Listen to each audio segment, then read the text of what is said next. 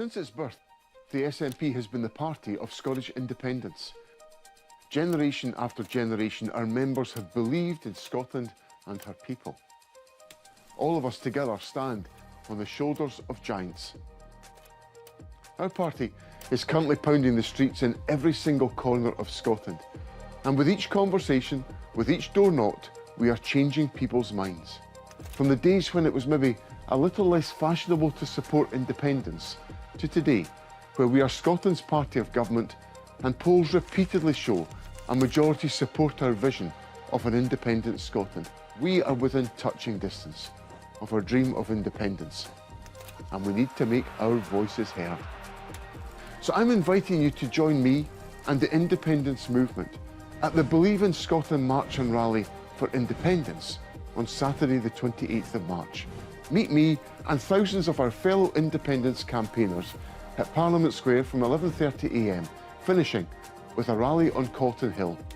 The many voices that make up our movement are our greatest strength, and it's your hard work and your commitment that will deliver independence for Scotland. I hope to see you on Calton Hill. Let's get on with it, and let's finish the job.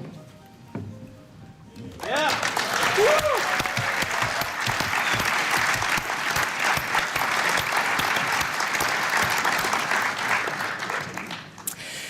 Good morning, conference. I hope you're all hale and hearty, and a very warm welcome to Edinburgh as we gather for the Scottish National Party's 2026 Campaign Conference.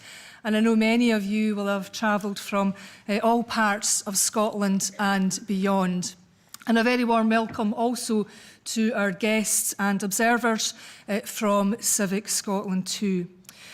Colleagues, before we commence our agenda today, you will all be painfully aware that since we last gathered, our friend and colleague Jean Freeman passed away. And as we all know, Jean spent her life in the service of Scotland and during the most difficult of times for our nation. Few of us will have the words to match the very personal and powerful eulogy delivered by Michael Russell at Jean's memorial service. But what we can do today is show our respect and send our love to Susan and Jean's family. So I invite you all to stand for a minute's silence.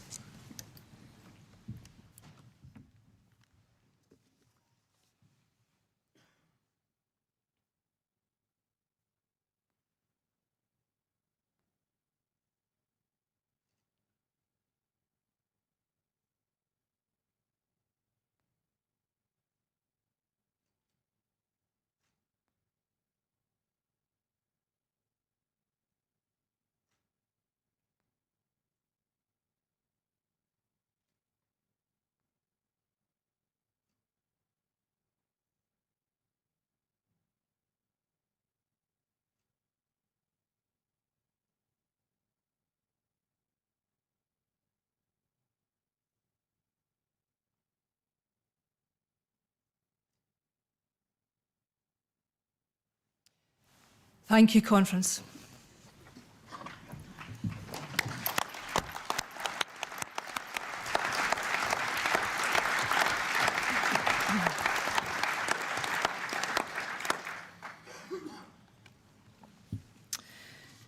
So today, friends, we are going to demonstrate that going into this election campaign that we're determined and confident and ready to win the trust of the people of Scotland again, and ready to secure a fresh start with independence. And I invite to give the opening remarks to kickstart today's conference. And if I could invite onto the stage and invite you all to give a very warm welcome indeed to the leader of the Westminster Group, Stephen Flynn.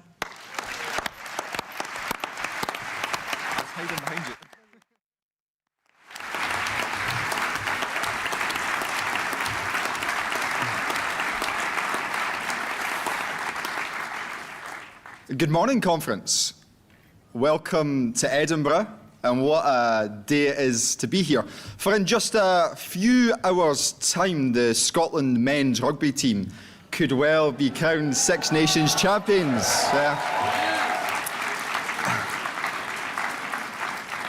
Did anyone see Seamus Logan clapping there, did they? No, that's, hi Seamus. The friends, I've got a confession to make. Should we beat Ireland this afternoon, I can confirm that I will, for the first time in my life, be proudly supporting the most magnificent and extraordinarily talented England team to ever play the game when they play France tonight. That one will confuse the Daily Express journalists, that's for sure. The conference, it gets better still. Because, and bear with me, because I am a little bit biased on this one, we are now just 7 wins away from Andy Robertson going up to lift the Scottish Cup, the World Cup. Even better. Now, you might have read that I have booked my flights and I've got my tickets for the games. But what you won't have read is that I've not actually asked the First Minister for permission to go to the games. I think he's got other things to worry about, don't you? Not least conference, the election, the small matter of an election on the 7th of May. And you might have noticed our party, the Scottish National Party, is within touching distance of the majority that will give our nation a fresh start with independence.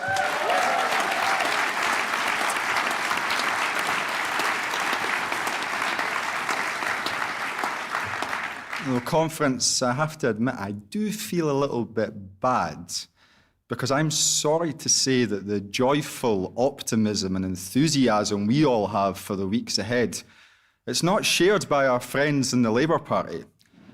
You know, I've even heard that certain members of the royal family are already calling it Labour's very own annus horribilis. A tragedy for the ages. Because when poor Anas Sarwar finally found the courage to agree with all of us that Keir Starmer wasn't up to the job, the Labour Party in London did to Anas Sarwar just what they always do to the people of Scotland. They ignored him. Friends, imagine being the man who picked a fight with the most unpopular leader in modern political history and lost. And conference, I'm told that Anas's ego hasn't quite got over the shock that he has no influence over his London bosses.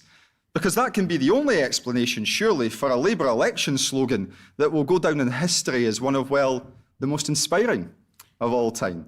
You know the one I'm talking about, the one they announced and unveiled at the branch office conference just a few weeks ago. Hold your nose and vote Labour. Because, friends, we all know that no matter how hard anyone holds their nose, the people of Scotland will always smell the desperation from Anas Sarwar and the Labour Party. And friends, I think I actually have a better idea. Because instead of making people hold their noses, let's give them a far better choice. How about the chance to breathe the fresh air, the free air of an independent Scotland?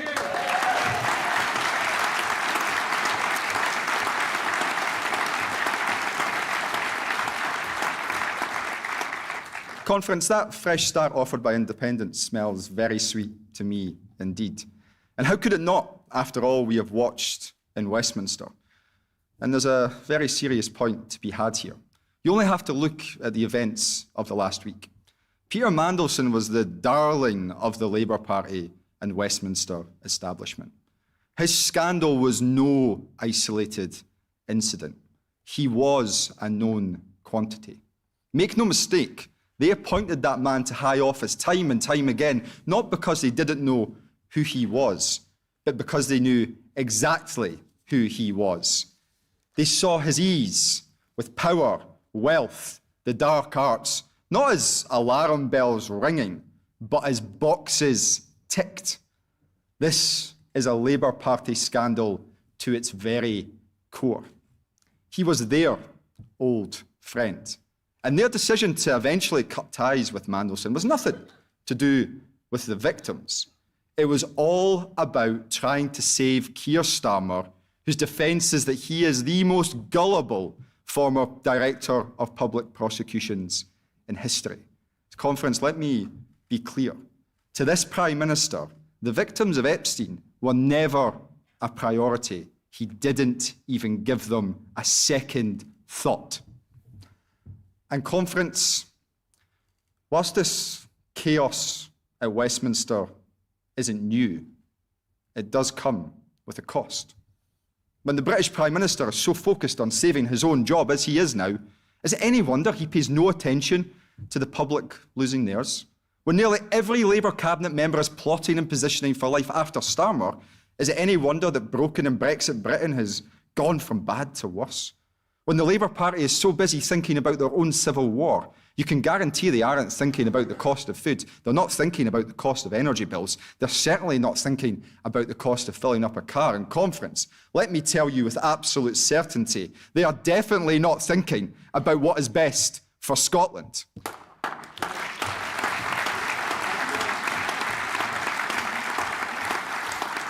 Friends, we now know that chaos is the permanent pattern of Westminster. Cameron, May, Johnson, Truss, Sunak, Starmer, they change the person, but the politics and the chaos they create, it just remains. Less than 2 years ago, people, good people here in Scotland, trusted the Labour Party to tread lightly on their lives, to offer change after 14 years of Tory rule. It says everything that they haven't been able to pass that lowest of bars.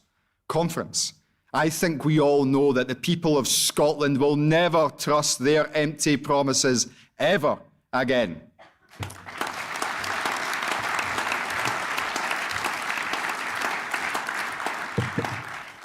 But, friends, if I keep talking about the mess at Westminster, I'm going to become as cheery as Douglas Alexander. So let's turn to something much more positive.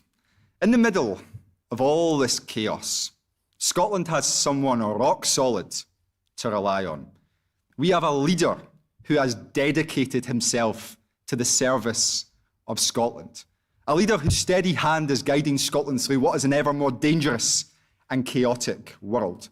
A man who, whilst Westminster loses the heat, keeps cool and calm in the face of any challenge. Although I do think he makes the odd exception for Russell Findlay on occasion. You've seen it too. In Conference, I know, you know, and the people of Scotland know that in a turbulent world there is nobody else more trusted to lead our nation than John Swinney.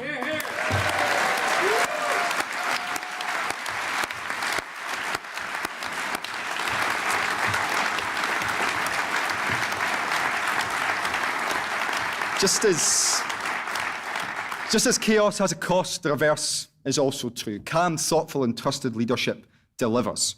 And just look at what John has achieved since taking on the leadership of our party and our country. NHS waiting lists are down for 8 months in a row. The majority of people in Scotland are paying less tax than in the rest of the UK. Peak rail fares gone for good and rail fares frozen from next month. More childcare, a new payment for newborns and child poverty falling in Scotland. Walk-in GP centres to beat the ATM rush. The best cost of living package anywhere on these isles. And now a plan to get young people back on the housing ladder. Friends, that's what you get with a Scottish government focused on and delivering on the priorities of the Scottish people. That's what you get with an SNP government always standing up for Scotland. That's what you get with a Swinney government always on Scotland's side. Yeah.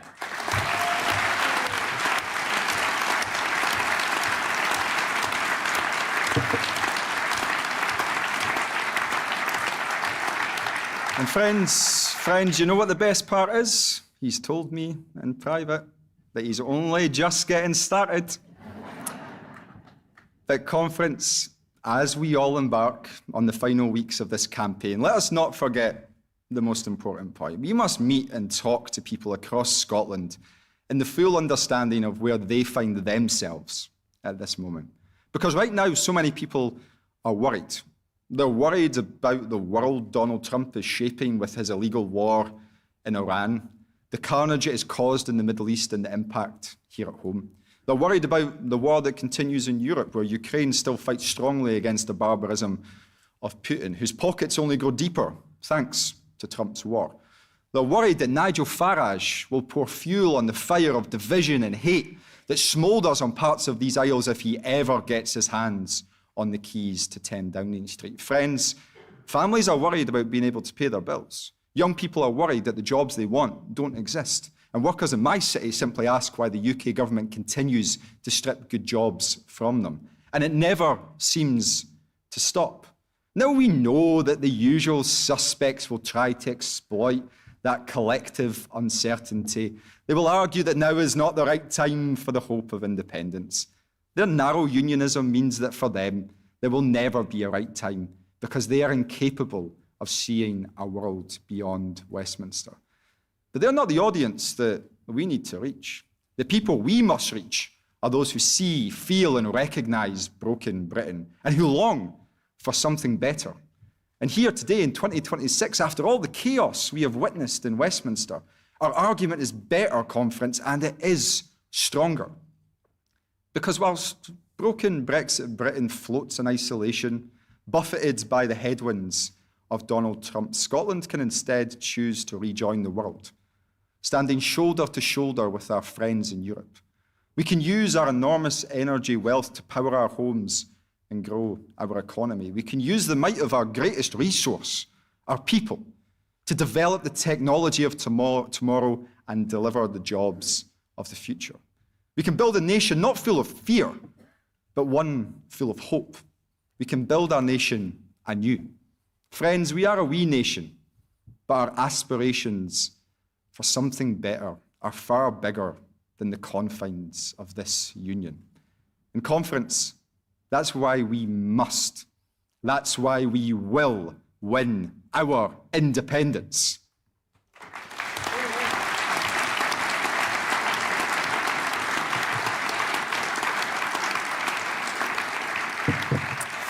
Friends, we must be confident in convincing our public that this future we crave can be a future that will deliver for them too. And friends, we must do so with urgency. Because when the world is unstable, there can never be a better time to renew the foundations. When the world is so uncertain, there can never be a better time to create our own future. Because I don't want to live in the relic of Thatcher and Blair's Britain. I don't want to live in Starmer's Britain. I certainly don't want to live in Farage's Britain. If we want a different future, if we want change, then we need to create it for ourselves. Friends, I know the future I want and you want. I want to live in an independent Scotland back home in the European Union. Yeah.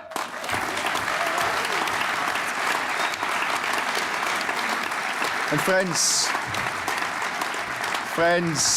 that is what sets this party and this movement apart. That is what only the SNP can offer. Because when it comes to this election, yes, we are asking people to give us the privilege of their trust and return our party to government. Yes, John Swinney is by far and away the best candidate for First Minister. But just as importantly and far more radically, we offer the chance for the people of Scotland to take our future into our own hands. That idea has always been and remains the true power of our movement. That is the meaning of the next 8 weeks. That is the momentum that will drive our campaign. So take that hopeful message, take that meaning to our neighbours and to our communities. Knock on every door, campaign in every corner of our country as only the National Party of Scotland can. Let's offer people the chance to put faith in themselves and to have confidence in each other. Let's re-elect a Swinney government. Let's win a majority, and together, let's achieve the fresh start of independence. Thank you. Yeah.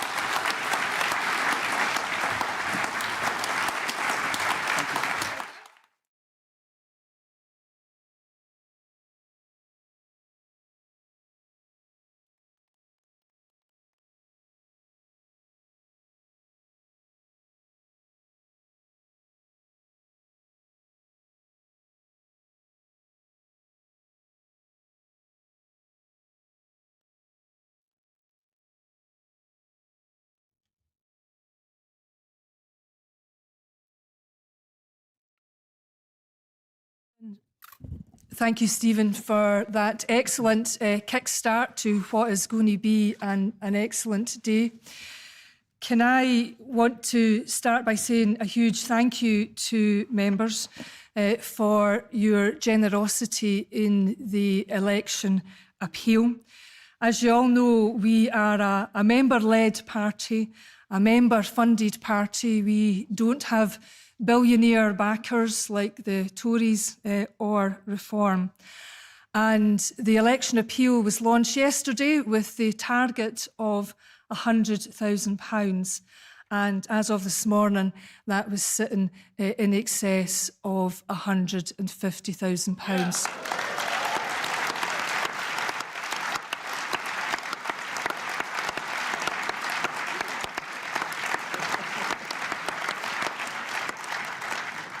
So an enormous thank you to everyone here and to all our members, the length and breadth of Scotland.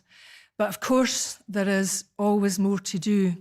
So we're setting a wee stretch target on the instructions of the National Treasurer.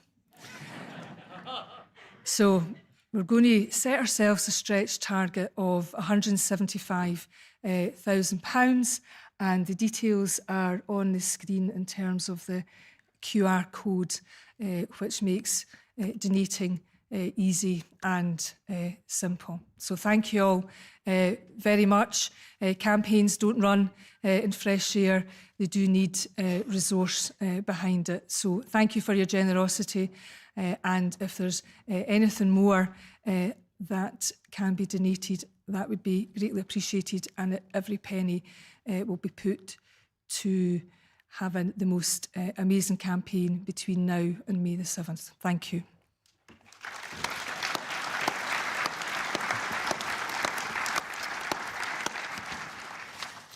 So, conferences report. I'm going to invite the National Secretary, Alex Kerr, also one of our great candidates.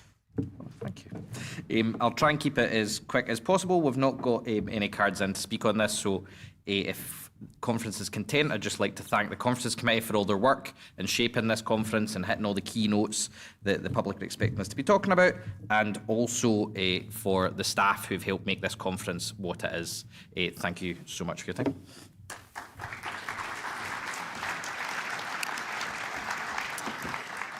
Conference, can I put it to you that we accept the National Secretary's report by acclaim so we can proceed with today's business?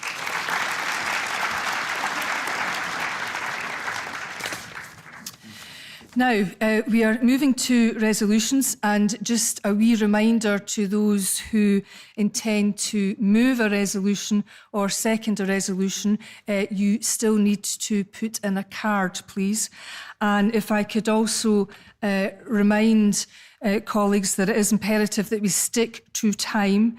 The maximum for anyone who's moving a resolution is 5 minutes, and the maximum for anyone seconding a resolution is 3 minutes, and all contributions need to be a maximum of 3 minutes thereafter in any debate. So, without much further ado, we are moving on to Resolution 1, GP walk-in centres, and can I invite Neil, he's almost here, to the stage, Neil Gray, Cabinet Secretary for Health and Social Care, our wonderful MSP for Airdrie and Shotts. And just before you start, Neil, a wee birdie tells me that in a day or two, Neil will celebrate a very significant birthday. And it's a birthday with a 0 at the end of it. And I know Neil's had a very busy week in Parliament this week. Very busy, indeed, it's been quite exceptional. And I'm sure you'll all agree with me, he doesn't look a day over 50. Now,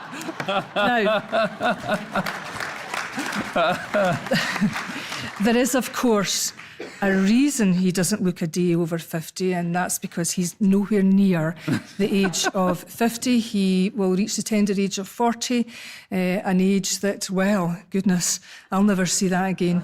So, without much further ado, Neil, can you speak to our first resolution, please? Wow. Conference.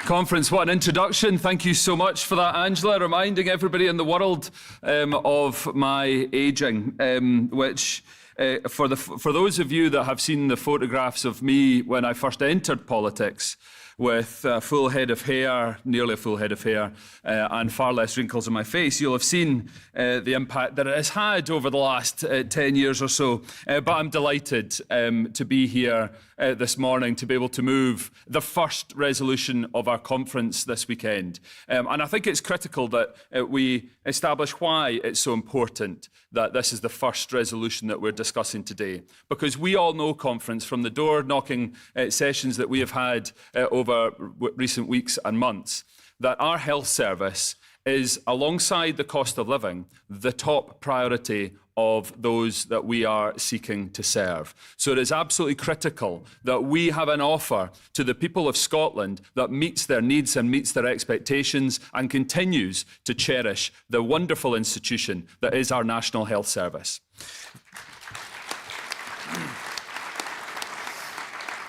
Conference, when I became Health Secretary just over 2 years ago, amongst many other things, I had two overriding priorities. First of all was bringing down waiting times, as Stephen Flynn has just set out. Thanks to the government's investment, thanks to our incredible staff within our health service, we have now seen increases in operation month on month, and we are now in a situation where for 8 months in a row, long waits are coming down in our health service. That is the leadership that the Scottish National Party brings.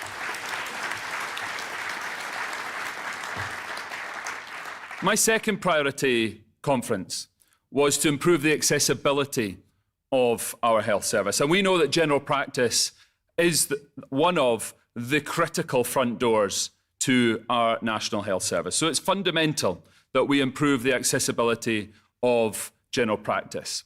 We have just passed a budget in the Scottish Parliament that will see over the next 3 years a record funding increase going into general practice. That means we can build on the fact that we have GP numbers increasing, that we have more GPs per head of population here in Scotland than anywhere else in the United Kingdom, and means that we can ensure that our general practice stays robust and accessible to our population. But we also know that we need to do more in order to support our population to end the ATM rush. And that's where investment in these walk-in GP services is so important. It means that from 12 o'clock through to 8 o'clock, 7 days a week, we will have walk-in services in 16 sites across Scotland.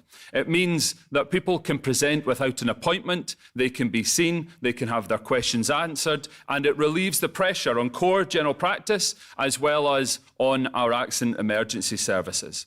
And I have heard from a number of colleagues who are standing for election. So I know how popular these services are. We have heard very clearly the desire to see more walk-in GP services, and we know how popular they are. So it is to shame that the Labour Party stands against walk-in GP services. They have told us that they do not think that this is the answer. Well, colleagues, I know that this is the right way to ensure we end the ATM rush, and that is why we are bringing forward walk-in GP services across Scotland.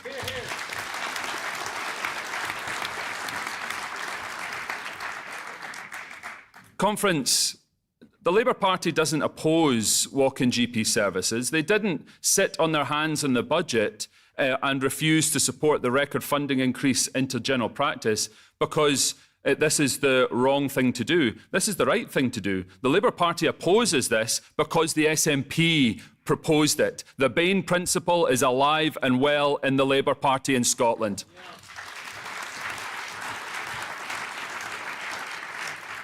So I hope, colleagues, you can all support this resolution, that you can get out and campaign, as Stephen Flynn said, to re-elect an SNP government that can improve the National Health Service here in Scotland, that can build on the gains that we have been making. So I urge you to back this resolution, to get in behind your candidates up and down the country, make sure we return a majority SNP government and keep the NHS safe in the SNP's hands. Thank you.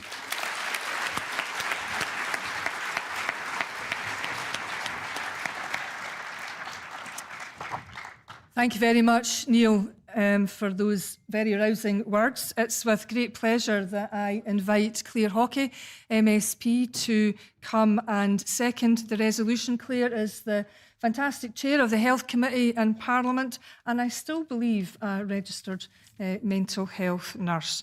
And Claire will stand for re-election in the Rutherglen and Cambuslang constituency. So over to you, Claire, 3 minutes. Thank you, Angela, and good morning, Conference. Conference, I'm delighted to be speaking to you to second this motion and welcome the opening of 15 new GP walk-in centres across Scotland this year, in addition to the one already opened. I've been a mental health nurse for over 30 years and I still work in our NHS, so I'm deeply passionate about our health sector.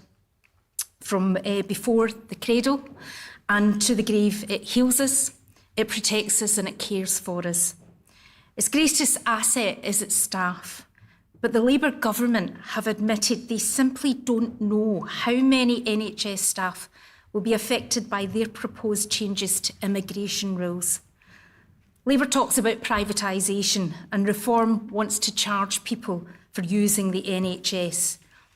Once again, the Labour Party is harming our health service with its blind pursuit of reform policies in a desperate attempt to shore up their vote. Conference, it's only the SNP that is committed to defending Scotland's NHS and investing to improve it. It's this SNP who are getting on with the job of delivering our health service, and it's working. Operation numbers are up, GP numbers are up. The number of nurses, midwives and NHS dentists are up. Long waits are down and have been down for 8 months in a row. Outpatient waits are down, inpatient and day case waits are down, and the risk of dying from cancer in Scotland is at its lowest on record. That is a record of delivery from the SNP government for our health service and for the people of Scotland. But we can't stop there. Until people feel it's easier to access treatment where and when they need it, we need to keep doing what we can to improve delivery. And our SNP government has listened to people's frustrations about the 8 a.m. rush to get an appointment and how they want easier access to GP services without an appointment. The opening of the first walk-in centre last month was a major milestone in delivering faster access to care. And at the 16 sites in total across Scotland, people will have access to walk-in centres which do what they say on the tin. 7 days a week, they can access GP-led care on the same day without an appointment. We're looking at an incredible over 1 million additional GP and nurse appointments, making it easier than before for people to access urgent care when they need it most. And at the same time, the centres will help to ease pressure on existing GP practices and our hospitals. And let's not forget that the new walk-in centres are only part of the story. They sit alongside the historic GP deal that was agreed last year and a record £17.6 billion investment in primary care. Our NHS budget, our SNP budget, is one that enables our health services to do more, to do it better, and where and when people need care and treatment. Conference, we are making huge progress in Scotland's NHS, and under the leadership of John Swinney, this SNP is determined to continue to drive forward improvements. Thank you.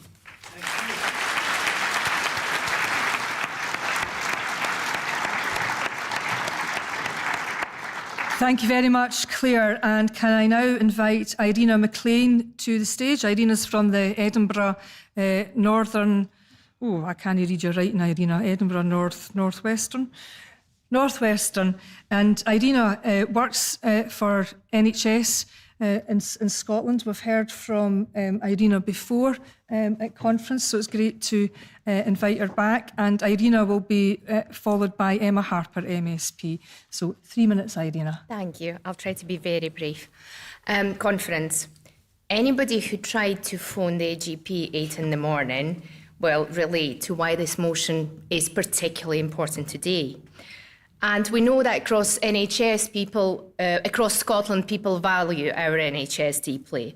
But many people know that frustration of trying to get access and immediacy of that. And when access to primary care becomes difficult, that's when system fails. That's where our A&E, NHS 24 will become overburdened by something which we're able to do and we're doing now. And this is why the introduction of this walk-in centres is an important step. And it also very much and very timely reflects something the SNP, not any other party, approach to government is doing.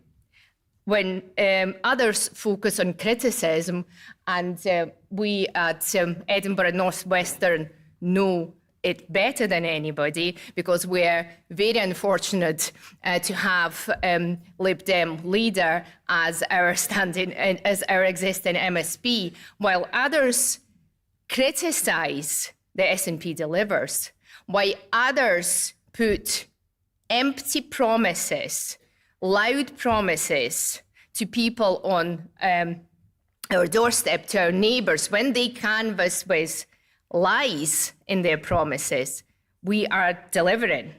And as these centres begin to operate across Scotland, what I think is really important to learn from the first stage of that implementation, because this is a very new model of service delivery, and understanding how this works will be invaluable.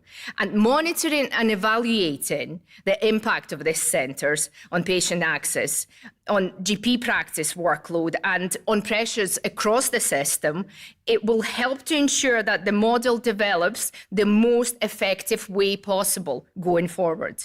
And when we ask people across Scotland to vote for us, to place their trust in our party again, they will rightly expect not just commitments, but clear evidence that our policies deliver, that these real improvements in their lives are delivered by this party.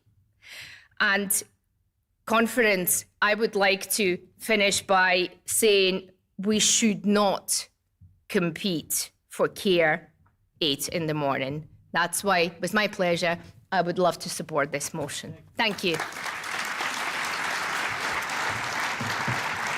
Thank you, Irina. And if I can invite another nurse to the stage, Emma Harper, MSP. Emma is the candidate for Galloway and West Dumfries. And do you have a birthday today, Emma? It's a bit of a theme here. I do. You do? Right. Well, you're still only getting 3 minutes, Hen. It's no a big 0-1 either, so that'll have to wait till next year. So thank you. I am absolutely happy to welcome this resolution on the introduction of GP walk-in centres in Scotland and the £36 million investment. Yes, I am the candidate for Galloway and West Dumfries, and me and my team are working hard to turn Galloway and West Dumfries yellow on May the 7th to help Scotland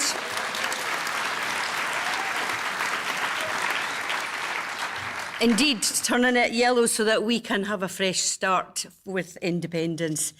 And that's partly why I'm up here on my feet today. And it would be remiss of me if I didn't talk about the addition of more nurses, more doctors, but it would be remiss of me if I didn't mention ScotGem. It's a unique programme, unique legislation that was taken forward by Jean Freeman in the last session of Parliament. And it's a graduate entry to medicine to help focus on rural GPs and rural practice in our community hospitals.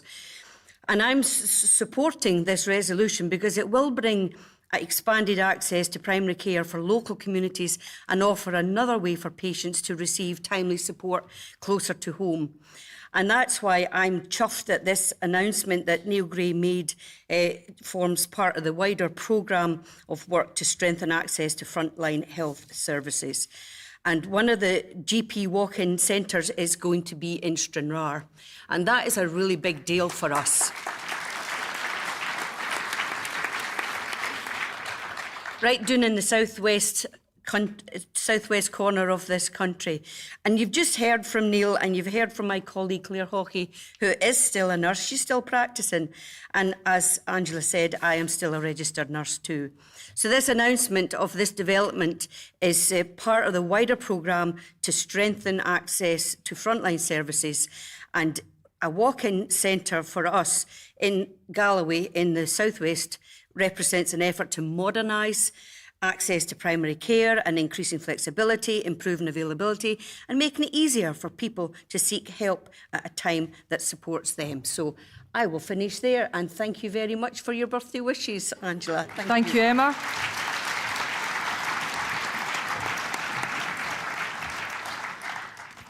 Conference, I have no cards against Resolution 1. Can we pass this by acclaim, please?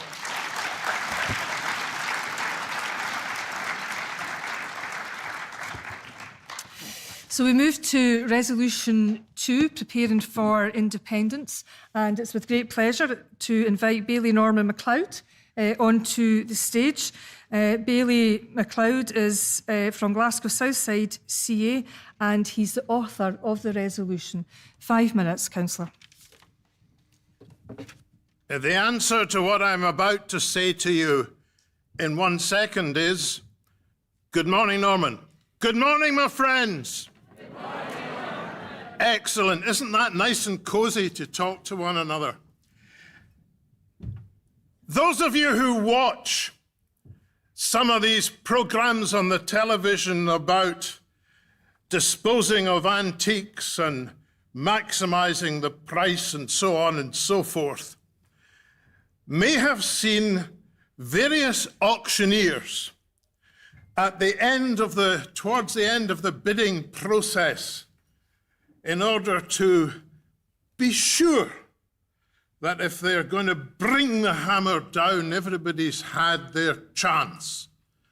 What they say is, fair warning. Now, fair warning to the government of the United Kingdom. We're leaving you. That requires some applause. Thank you.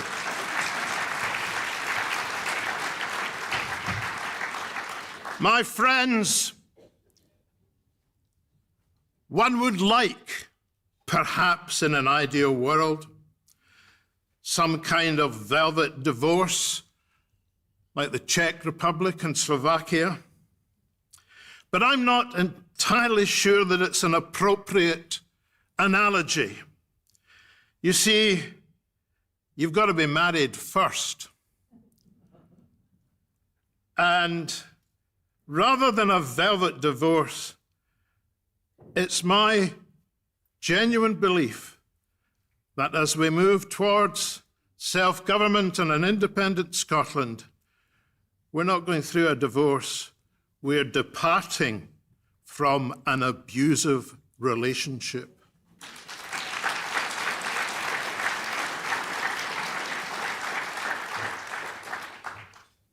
My dear neighbours, I nearly said friends and neighbours. I hope we'll be friends afterwards. But my dear neighbours, you are going to have to learn to stand on your own feet.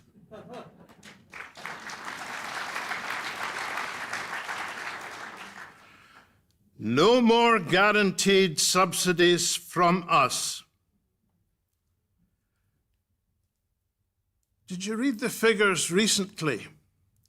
I think it was the Glasgow Herald that ran a series of articles on oil and gas. Hundreds of billions of pounds since that enormous wealth was hidden from us when they buried the Macron report for 30 years because, as you all know, because I'm sure you've all read it now, Scotland's only problem, and I would argue it's still our only problem, is how wealthy we will be when we become independent.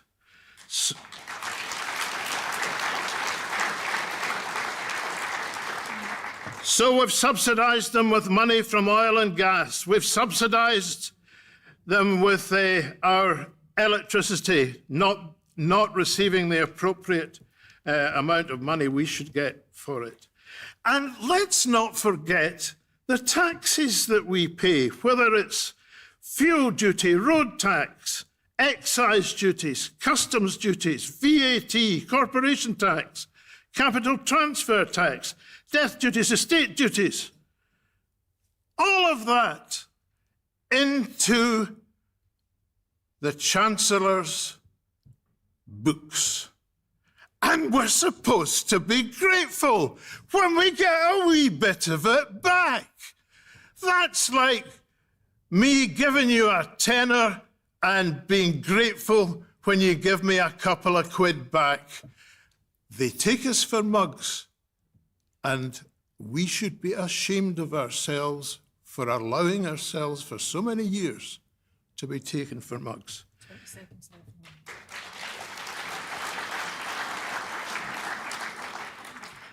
I hope that we will be compassionate when we depart to run our own affairs. I would hope that we won't push them, when I say them, the rest of the UK, over a cliff edge. We might even continue a gradual withdrawal of our subsidies, because I feel that as Scots we should be kind and compassionate to our neighbours. Time, Norman. In summary, I repeat, fair warning, we're leaving, no more guaranteed subsidies from Scotland, and no more taking us for fools. I commend the resolution to you. Thank you, Norman.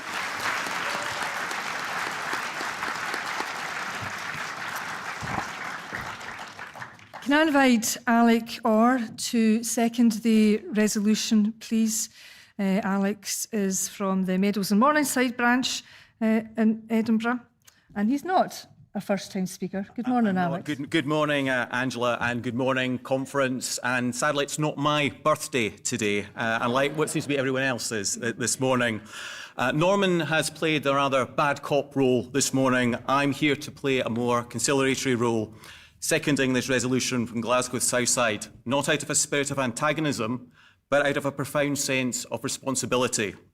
This resolution is not about confrontation, nor is it about presuming the outcome of democratic decisions. Instead, it's about prudent planning.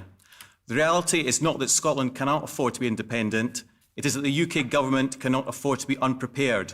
And I have no doubt that what's left of the rest of the UK will be able to financially sustain itself on Scottish independence. This resolution is a wake-up call for Westminster. As we stand on the threshold of independence, Scotland is a nation of immense natural wealth, intellectual capital and energy. For too long, the UK Treasury has relied on Scotland's resources, our oil, our gas, and now a massive surplus of green energy. And I know that's being touched on in a later resolution. But the idea projected is that Scotland is a subsidy junkie, a passenger and a union that generously keeps our lights on. When Scotland achieves independence, that pillar will be removed. A responsible government prepares for change. When a business loses a major partner, it diversifies. When a landlord loses a tenant, they adjust their budget.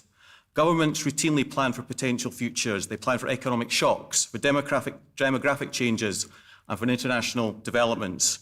Preparing for a possible constitutional change is simply another example of responsible governance. Preparation does not mean hostility. It does not mean closing the door to cooperation.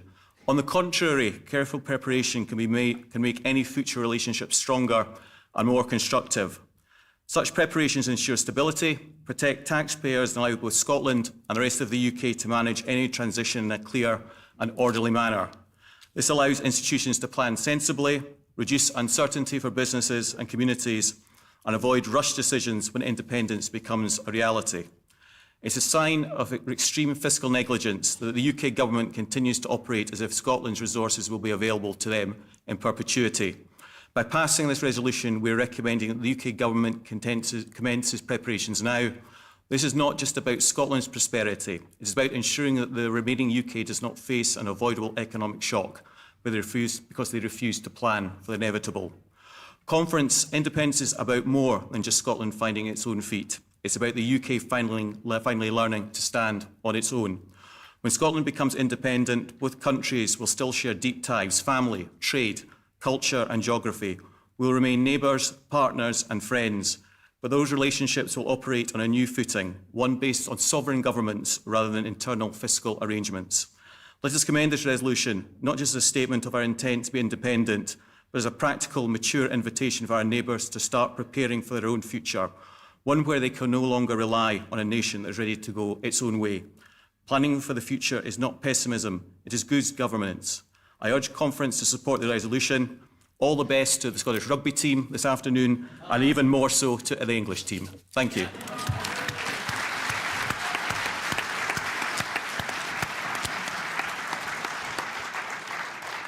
Thank you very much, Alex. Now, can I invite Gareth Morgan to the stage, please?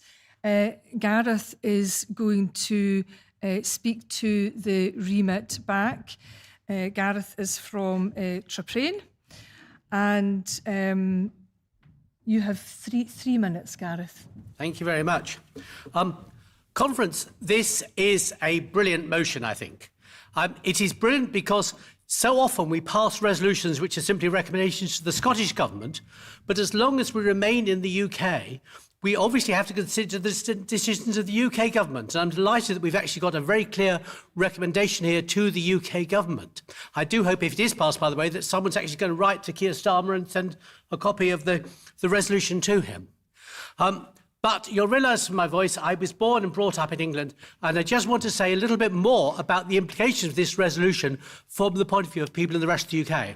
I spent a lot of time in Yorkshire, for example, campaigning for greater devolution in Yorkshire, and there's a huge suppressed movement for an English Parliament and greater understanding of sovereignty at that level, which I think we can really tap into with this kind of thing.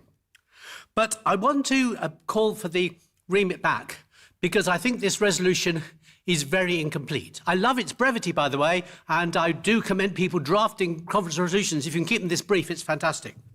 But it does have some pretty serious omissions. Yes, of course, we should encourage the UK government to prepare for the time when it may longer continue to receive subsidies from Scotland. And I absolutely support the comments of Alex Orr in seconding the resolution about the need to plan sensibly and realistically for the new future of an independent Scotland.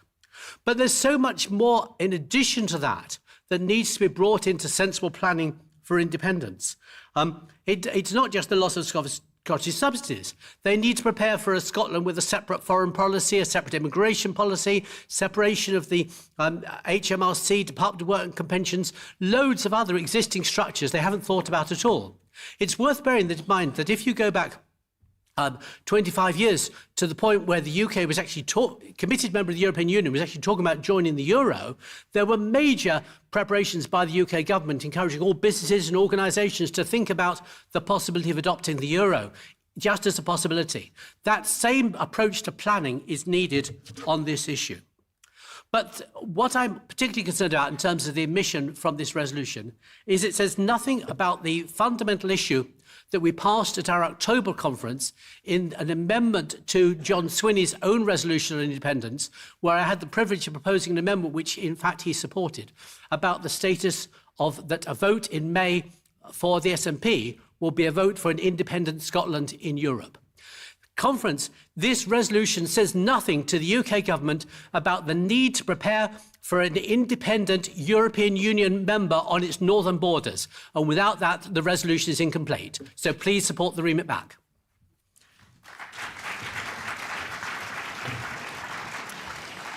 Thank you very much, Gareth, and I note your brevity. That was 2.5 minutes, well within the 3 minutes. We don't have a seconder for the remit back. Can I check if there is a seconder in the hall for the remit back?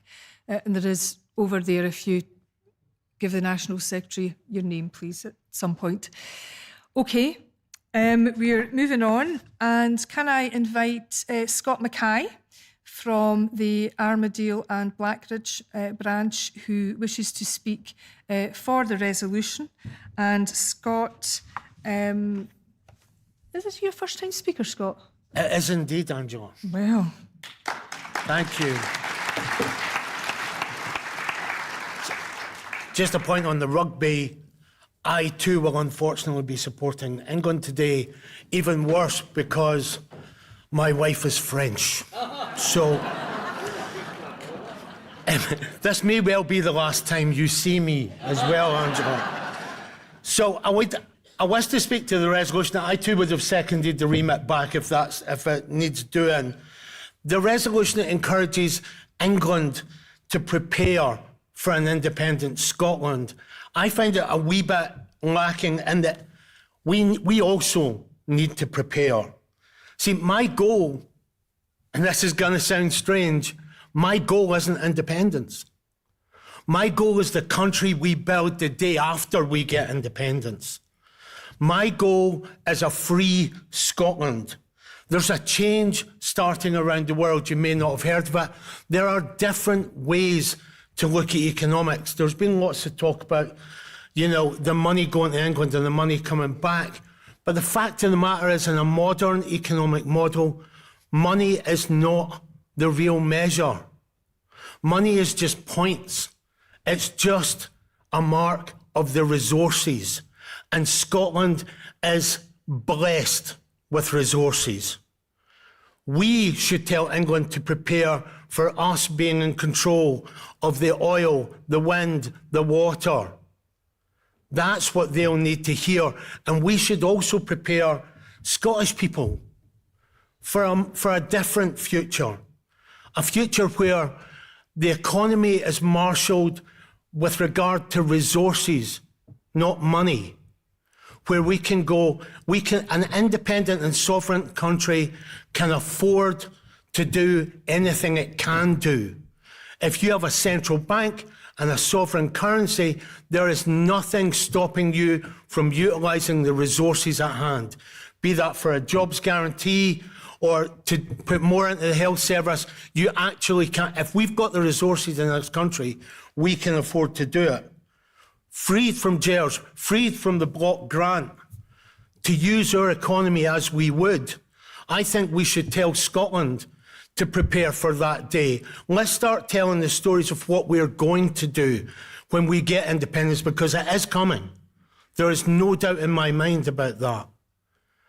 But not everybody understands that this approach to the economy is rising around the world.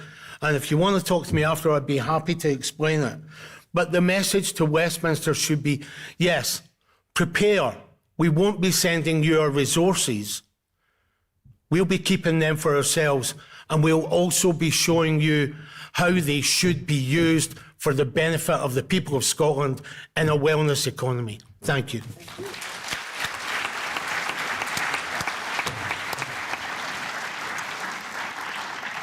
Thank you very much, Scott, for that contribution, and an excellent contribution from a first-time speaker, don't you think? So, we are now moving to the summing up, if people wish to exercise their right to sum up. Gareth, who moved the remit back, Gareth, you have the right to sum up within 2 minutes if you have any additional remarks to make. OK, thank you, Gareth. And Bailey MacLeod, you also have the right to sum up, and that is 2 minutes, Bailey MacLeod.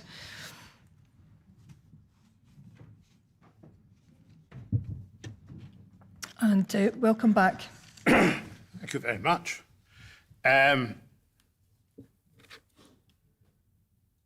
Both Gareth and Scott made reasonable points, and I don't seek to diminish them. but Gareth in particular was arguing against himself. He started by commending me as the author of this resolution on being brief and to the point, and then criticised the resolution because it didn't cover all of our ambitions of what we're going to do in an independent Scotland. With respect, Scott, that's not fair. It's simply not fair. I was brief because I actually wanted to make one particular point, which I think the resolution does. Because we're continually told the big lie that we live off the rest of the UK. Nothing could be further from the truth. If anything, we subsidise the rest of the UK, and we need to explain that to our people. Our problem, when we're independent, will be being too wealthy, and we're not going to deny our neighbours a use of our resources, whether it's electricity, whether it's oil and gas, but we're going to demand a proper price for it. So, my friends, with respect to the mover of the remit back and the implicit criticism from Scott, who was supposed to be speaking, I think, in favour of the resolution, but sounded as though he wasn't, could I ask you, please, if not by acclamation, by an overwhelming majority, please to pass this resolution. Thank you.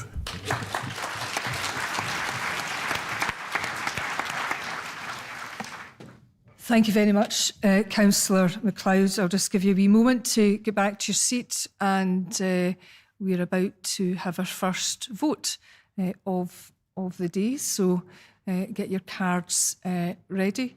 In terms of the order of voting, we will firstly vote on the remit back and then consider the vote on the resolution.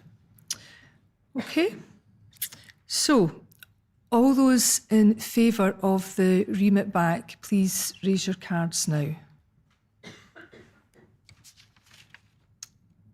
Okay, cards down. All those against the remit back? Cards down. The remit back fails. And we now move to the vote for the resolution. Cards up for those in favour of the resolution. Cards down. And cards up for those against the resolution. No. Well, the resolution passes unanimously. Thank you.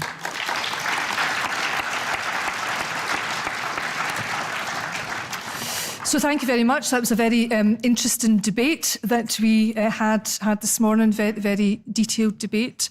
And we are moving on to Resolution 3, which is unlocking pension fund investment for social housing. And it's with a great pleasure to invite our Deputy Leader, Keith Brown, MSP, to the stage, who is going to move the resolution. Keith, of course, will be well kent to you all. He travels tirelessly up and down the country to, well, every branch, every CA meeting that he's ever invited to. I'm also told he'd go to the opening of an envelope as well. And but anyway, can we give a huge round of applause for our Deputy Leader, please?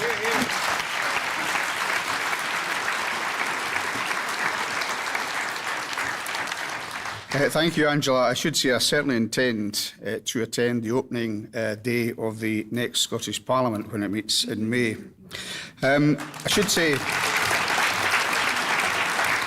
I think this is an extremely important topic, and it's why Christine Graham and I have proposed that we've had many discussions about this. Housing is absolutely critical to the future welfare and benefit of people of Scotland. And whether it's veterans who can't get accommodation, whether it's young people that can't get a start in reasonably priced rented accommodation, whether it's older people that want to downsize from an otherwise expensive accommodation that they have, or whether it's key workers that want to take up jobs in our health service or other public services that cannot get the essential accommodation to go with it, we know we have a housing crisis in Scotland.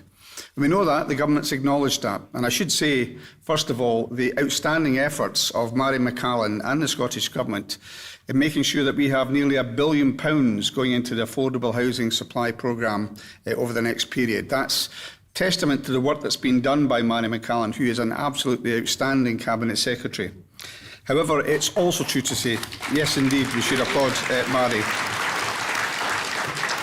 It's also true to say that we are trying to deal with 15 years of austerity. And within those 15 years, if you go back, say, 10 years, that's when the real clamps came on capital spending in particular. And that is why we have the situation of a crisis in Scotland today.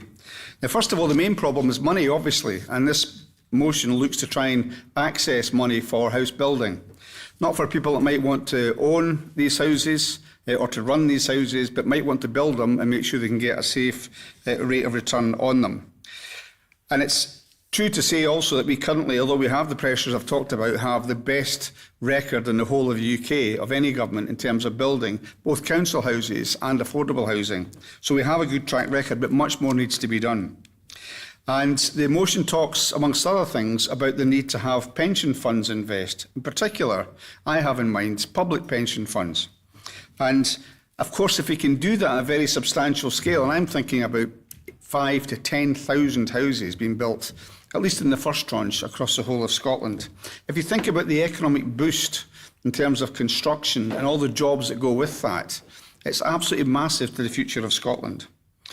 But in order to do that, we have to make the case to pension funds, who are by their nature, of course, very cautious. But across Scotland, there's around an estimated £20 billion or more of investable pension fund assets, including within local authority pension schemes. Now, obviously, pension funds are long-term investors, and what they're looking for are stable, predictable returns over decades. And social housing can provide exactly that, secure, inflation-linked income streams alongside enormous social value. And I would also say, if they build them, as you can do, to the required environmental standard, you massively reduce the energy bills for those that occupy those houses. Now, that can also mean you can have an increased rent to help balance that, so again, it improves the rate of return. But it's also very good for the environment. I mean, way back when I was Housing Minister 15 years ago, they were building houses in South Ayrshire College as examples, where there was no cost for energy. Of course, that was during the time of feed-in tariffs, but very little cost.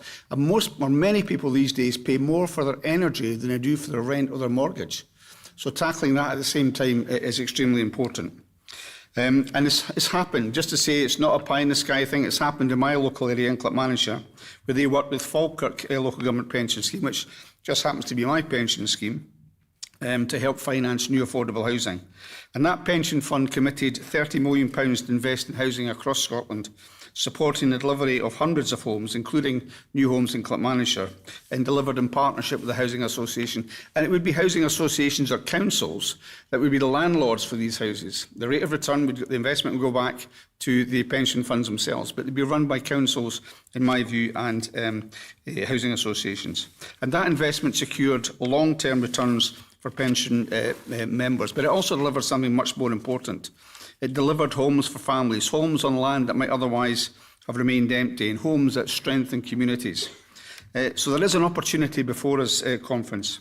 Pension investment builds homes, homes build stronger communities, and if it can work in places like Clackmannanshire, the smallest county in mainland Scotland, then it can work right across the whole of the UK. I should also say Clackmannanshire involved in another case of building supported accommodation for those that were in care before becoming 16 years old. Again, done with a pension fund. Pension funds in England. And good luck to them, well done to them. But why are we not seeing the Scottish pension funds that many of us contribute to investing in social, valuable housing in Scotland? Why is that not the case? And I would just say for everybody in this hall that is a pension fund holder, a local authority or public sector pension fund, it will rely upon you making your views known. To say to the pension funds, why are you not investing in Scotland? What is the reason why you can't invest in Scotland? We have every opportunity to make investments which you can get a proper rate of return on, and you can do massive benefit to your pension fund holders. Because if we're not actually accessing the housing they'll build, we'll get the benefits, the community benefits from having more affordable, stable, safe and warm housing. So this can deliver suitable returns, reliable returns for pension members. It can protect the fiduciary duties of pension trustees, which is very serious, but which the club manager example does. And it can unlock, crucially, new capital to accelerate the delivery of social housing. We've always believed in the SNP that the wealth of our nation should work for the benefit of all of our people. This motion before us today asks us to bring together public land, long-term investment and social purpose to build the homes that Scotland needs. Homes that tackle poverty, homes that strengthen communities, homes that give families the security they deserve. So many people in our society do not have that benefit of knowing that the home that they live in is secure, warm and safe. And just one example, in terms of homeless people, there's one of our cities, not one of our biggest cities, which I'm aware of, which currently has a house in a fairly run-down part of the city, one converted house, terraced house, which has been converted to have 6 bedrooms. Those 6 bedrooms charge the public purse, the landowner, £1,000 per month for each bedroom for a homeless person. That is every single month that's been paid, and the taxpayers paying for that. Would it not be much better to have proper, safe, secure housing for everybody at a much cheaper rate? So let's unlock that potential.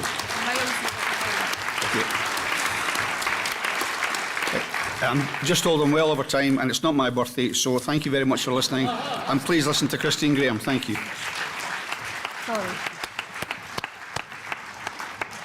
Thank you, Keith. It was a bit of with a bit of trepidation that I had to remind the Deputy Leader of time. And I'm delighted to welcome Christine Graham onto the stage. Christine is here as a delegate, but many of you will know Christine as MSP in the Scottish Parliament. She's been both list MSP and also for the last 3 terms, I think, the constituency MSP for Tweeddale. And she is an absolute legend and an absolute trooper. And I'm delighted she's on stage today.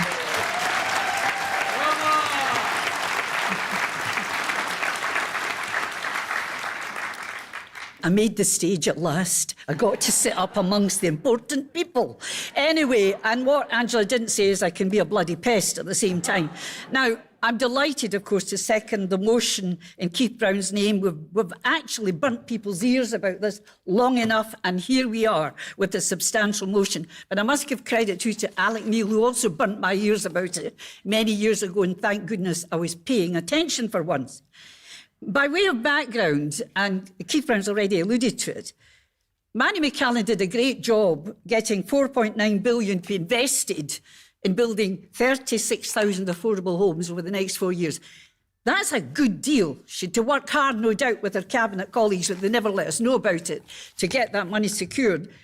And it's a huge investment, but I have to put that in the context of need. Scotland-wide, there are around 177,000 applications on social housing waiting lists.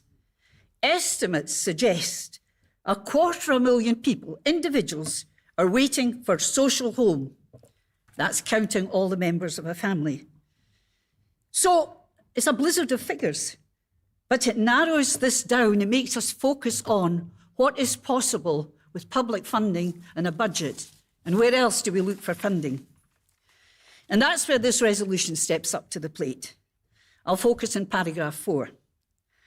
As Keith Brown has said, there are billions in pension funds, assets that require to be invested, so when the time comes for you and I to collect our pension, the money's there.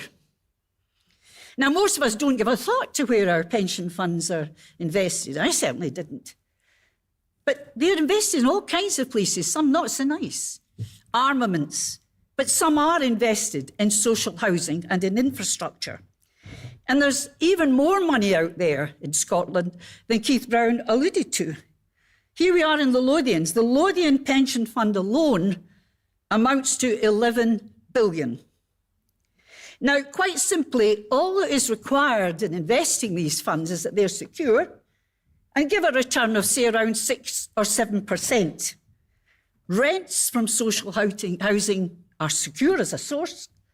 and they would give a return of that. And to be clear, these homes would not be owned by the fund managers. They're simply investing, so they're in the public sector. Now, there's a new UK social investment fund set up. Part of its investment portfolio is to unlock over £1 billion of long-term investment over the next 3 years, in part to build houses. And what we need in Scotland is our own investment fund. Now, the bullet points attached to the resolution expanded this, importantly the last, underlining that these funds do not cut into our own public investment. These are in addition.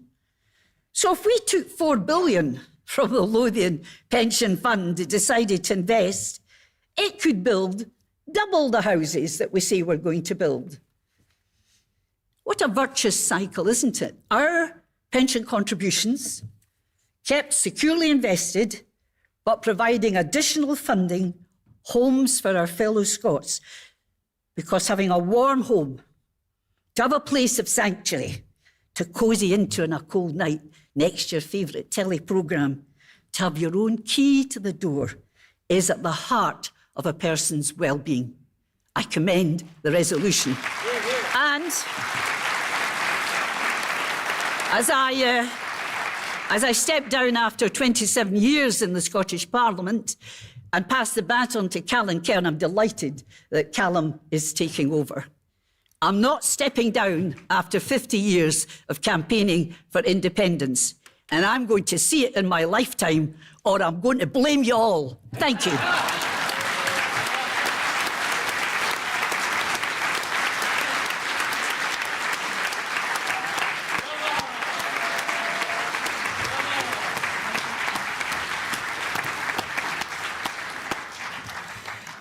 Right, so you've all been told. OK, there are no cards in to speak against or move remit back. Can I put it to your conference that we pass this resolution by acclaim, please?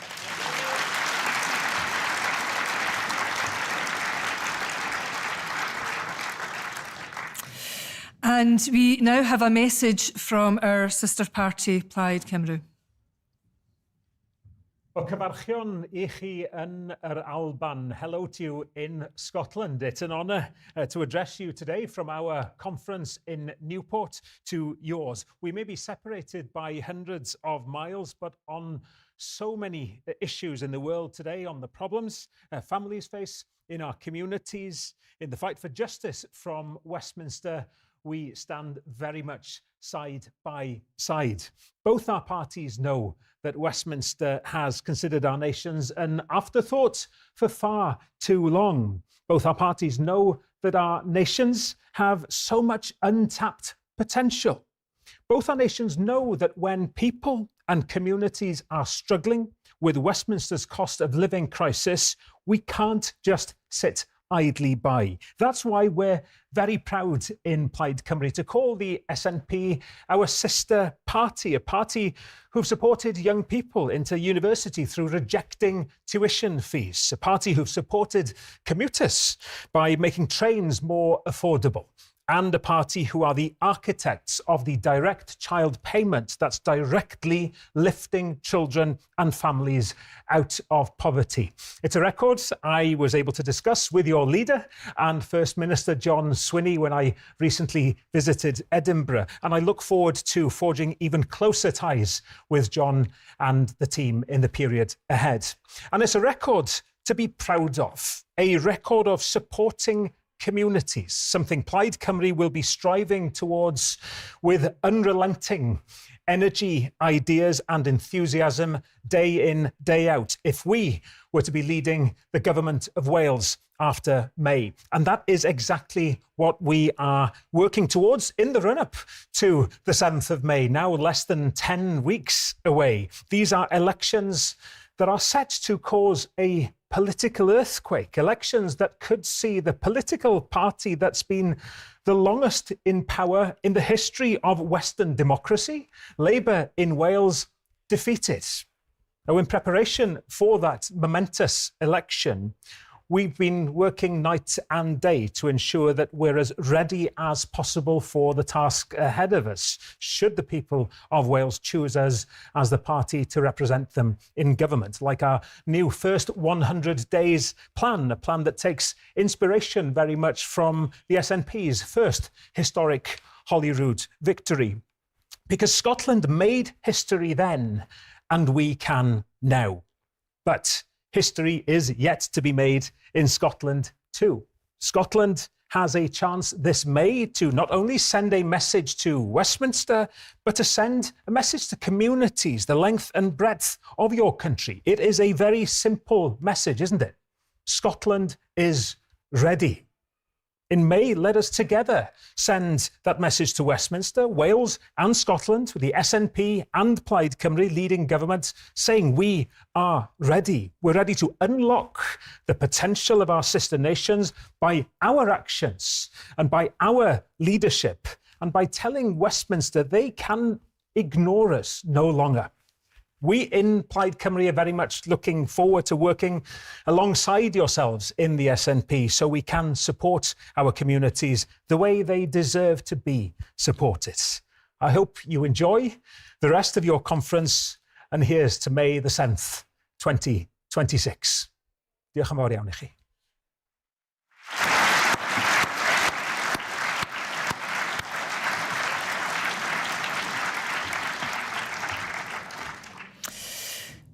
We now need to move on to Resolution 4. I'm going to appeal to people to stick to their time, otherwise you're going to incur the wrath of the Chair.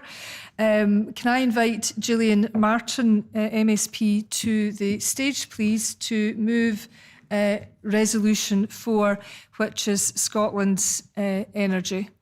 And many of you will know Gillian, who is a strong voice for the north east of Scotland.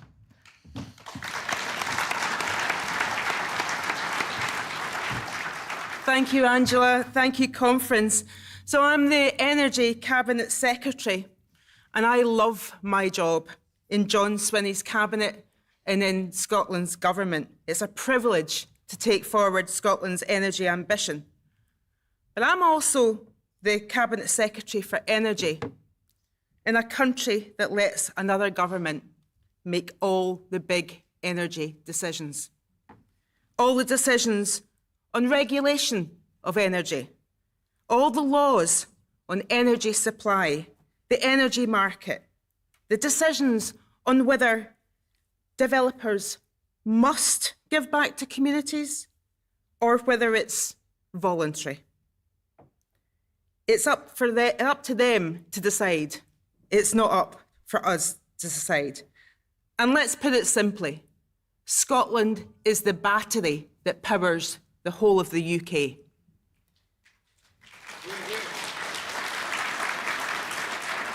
They make decisions on whether we pay, if we pay wind developers to switch off their turbines, or whether we incentivise them to sell their electricity cheaper to local communities or local heat networks. They make decisions on whether we get together with the EU and invest in hydrogen pipelines or whether we just don't bother. They decide on whether the interconnectors land in the south of Scotland, where they should land, or whether they go to the north of England. They make decisions on whether they prioritise funding carbon capture and storage projects in England, which are immature, or they invest in the Acorn project in Scotland, which is the most well-advanced carbon capture, utilisation and storage project in these Isles. They make decisions on whether we tax Scottish-based oil and gas companies into oblivion, meaning they stop investing and start handing out P45s to workers, or whether we incentivise them to diversify into offshore wind, carbon capture and storage and hydrogen production. Yes, I'm the Cabinet Secretary with one, if not two hands held behind my back. Our government pumps millions into securing licences for the biggest offshore wind developments that Europe's ever seen, making sure our local supply chain get the contracts. But our people sit in homes where they can't afford to put the heating on. They can't afford to get rid of their gas boilers and install low-carbon electric heating because the other government keeps the cost of green electricity artificially high. Rightly, communities ask why they have to look at wind turbines outside their windows, but they can't insist on a law on the share of the profits from those developments, much less a tariff that means that they get something back. And they pay the highest standing charges in the whole of the UK on their electricity bills, and we have the highest rates of fuel poverty in the whole of the UK, getting worse by the day. Conference. It's our energy. But just as the case was with our oil and gas, Westminster's in control of it. It's the fundamental reason why we must get our independence. Those in government down the road, they need to keep us because they've had the spoils of North Sea oil and gas, the bonanza of the 80s, the 90s, and indeed the 70s. And they want the spoils of the next bonanza too for the next 30, 40, 50 years. Fool us once, shame on you. Fool us twice, shame on us.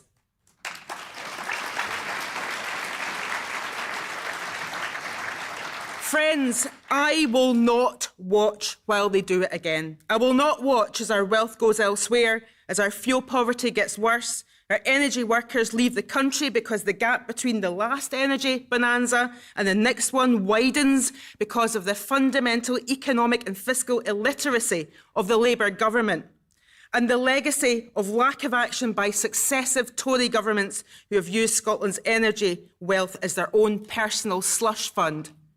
I will not watch as Conservatives and Reform exploit rural Scotland's discontent at the current situation where they feel they get nothing and turn it into climate denial and campaigns against projects that, if they belonged wholly to us, would bring such prosperity to our country that we could indeed see an end to depopulation of rural areas, an end to child poverty and an end to fuel poverty.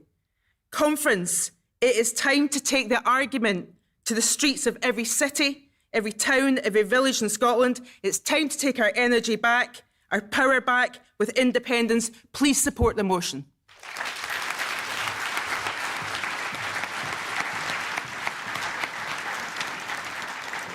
Thanks very much, Gillian, and bang on time.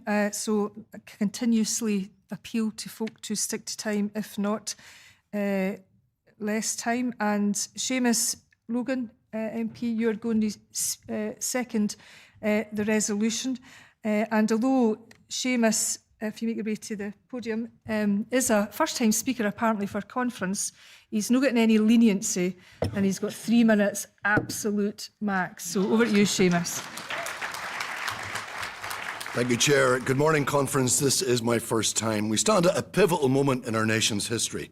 For decades, the story of Scotland's energy has been one of immense wealth flowing out of our nation while our own citizens struggle to pay the price. We were told that we were part of a broad-shouldered UK system. Yet, when it comes to the basic necessity of heating our homes, those same UK shoulders are consistently turned away from the people of Scotland. But now we have a second chance, a second bonanza that this time must belong to the people who live here. Let us be clear about the scale of the advantage. We're not just well placed, we have the potential to be a global leader. 17.8 gigawatts at the end of last year. According to Scottish Renewables, 48% at least and growing of the UK's total operational wind capacity. Despite this abundance, Scottish families and businesses face some of the highest energy bills in Europe. Why? Is it because Westminster treats Scotland's interests as an afterthought? Is it because the UK's energy pricing regime is fundamentally broken? Is it because the international gas market sets the price for the clean, cheap electricity that we produce right here in Scotland? Or is it because we're being simply ripped off? The Scottish economy lost 18 billion between 2021 and 2024 because of this system. And despite falls in prices, typical bills from April to June 2026 price cap will still be 35% higher than they were in the winter of 21-22. Perhaps the most egregious example of Westminster's failure is the regime of transmission charges. That system actively discriminates against Scottish producers. Now, while generators in southern England are often paid to connect to the grid, Scottish producers face the highest connection charges in Europe. So I say to the mandarins and faceless establishment in Westminster, your days of controlling Scotland's resources will soon be at an end.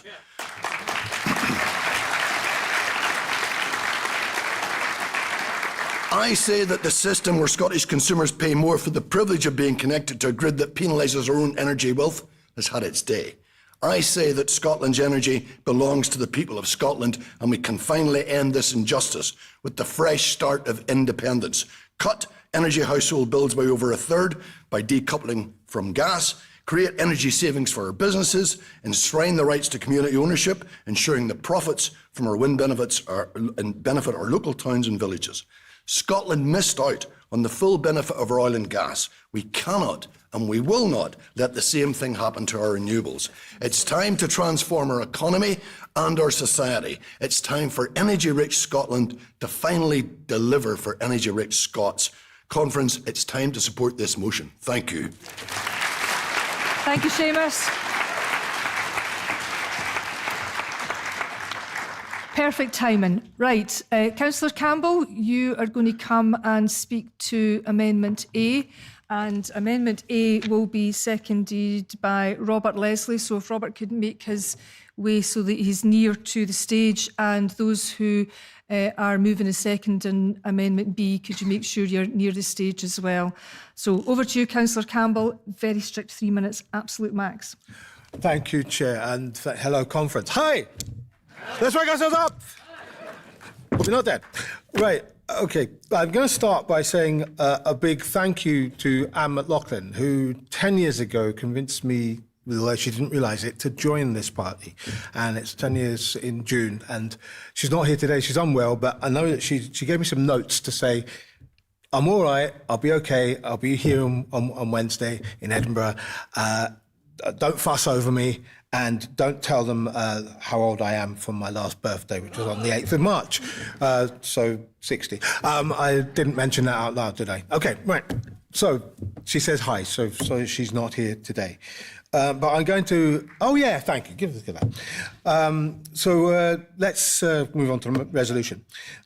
I wanted to add this, and I thank my colleagues in the branch at East House and Springburn for allowing me to do this, because I felt that the lack of mention of just transition and the full transition to fully renewable economy, one of the benefits that we have in Scotland, of course, is that we're one of the places on earth which is most easily in the position to make that transition. It is our policy, obviously, but we need to mention it in this energy resolution this close to an election, because I think it's important that just transition, that those jobs are saved, that the skills of the workers in the current fossil fuel business are saved and transitioned into the energy sources of the future that we know are vital to transition to, for some very obvious reasons that the last 2 weeks has given us.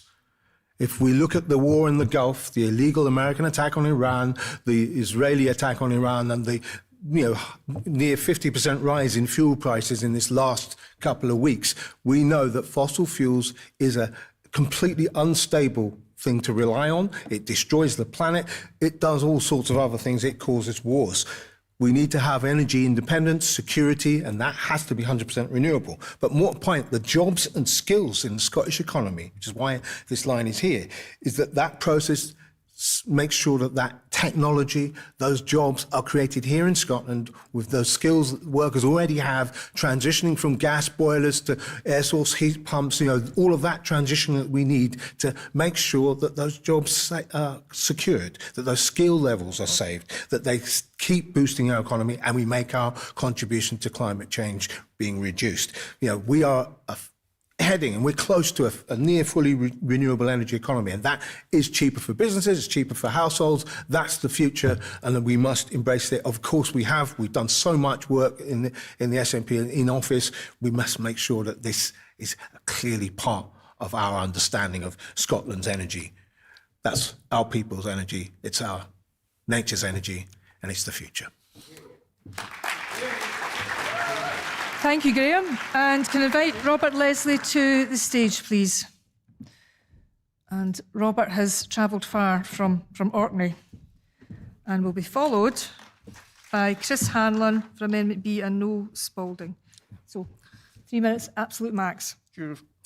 Conference in 2015, as a first-time speaker, I told a story about a farmer who had told my dad that the wind turbine on his land was creating so much heat that gaps were opening up in the wood panelling in his house.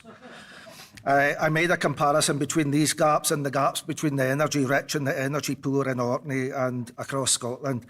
But I visited that same farmhouse this week, and I heard from that farmer's grandson of the precarious nature of farming in Orkney right now, with input costs rocketing and greening schemes putting pressure on already green farms. It is clear that while we strive for a fairer energy future, we also need to ensure that our farmers, our food producers, are supported to be part of a sustainable and greener future, both in terms of energy security and food security. Equally important in Orkney and in Scotland is our blue economy, and continued support will be needed and will be critical for the jobs and skills in tidal stream, which is a predictable and homegrown clean power resource. It's nearing commercialisation and can be a key part of our renewable energy mix in the future. Affordable warmth for all is still the pot of gold that I chase every day in my work. Independence will bring that pot of gold closer. Please support the amendment. Thank you very much, Robert. And in my haste, I should have advised Conference that Robert is our candidate in the Scottish Parliament elections for Orkney, and is a very experienced candidate and is working very hard.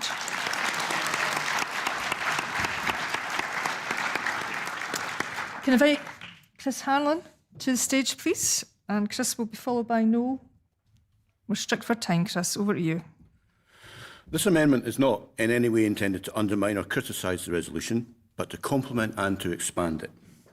It actually already passed overwhelmingly at National Council in December, but unfortunately the underlying resolution was remitted back to be slightly reworded, and the branch that wrote that resolution has subsequently had to fight a by-election, so they just haven't had time to do so. Although I do look forward to seeing the next iteration of it soon. In the meantime, we've brought the amendment back by coattailing on Gillian's otherwise excellent resolution. This amendment is intended not just to strengthen the resolution, but to fundamentally alter the principles underlying how infrastructure development and community wealth building interact. It came out of a fringe meeting the Climate and Environment Group held at last year's annual conference, so I can't take any credit for it. The idea is simple. We embed in future national planning frameworks the principle that any commercial infrastructure development is obligated to include a community partnership element for it to be considered for planning permission. It doesn't specify a percentage or require communities to purchase a stake, just that whatever legal entity makes the application must be partly owned by the affected community or communities. In that circumstance, a market will be created that should reach a mutually beneficial equilibrium. Communities will have an effective veto on commercial infrastructure development and will be able to command as large a stake as the market can support. And crucially, developers will have to involve communities from the very beginning and actually listen to their concerns. It's a simple change, but it would fundamentally transform the world of community wealth building in Scotland. Every community would have a stake in the commercial infrastructure developments occurring around them, would have a say in what they look like, and would get a fair share of the profits. The amendment is not just limited to onshore wind farms, transmission towers and battery storage either. Any commercial infrastructure project. Massive new retail or business park on your doorstep, you get a stake. Massive new housing development, you get a stake. By specifying commercial projects, it doesn't impact new schools and hospitals and the like, unless they're built with private money and someone's making profit from your new hospital, in which case you get a stake, a share of the profits and a say in what happens. This puts local communities back at the heart of planning what infrastructure developments occur near them and allows them to share in the wealth that they create.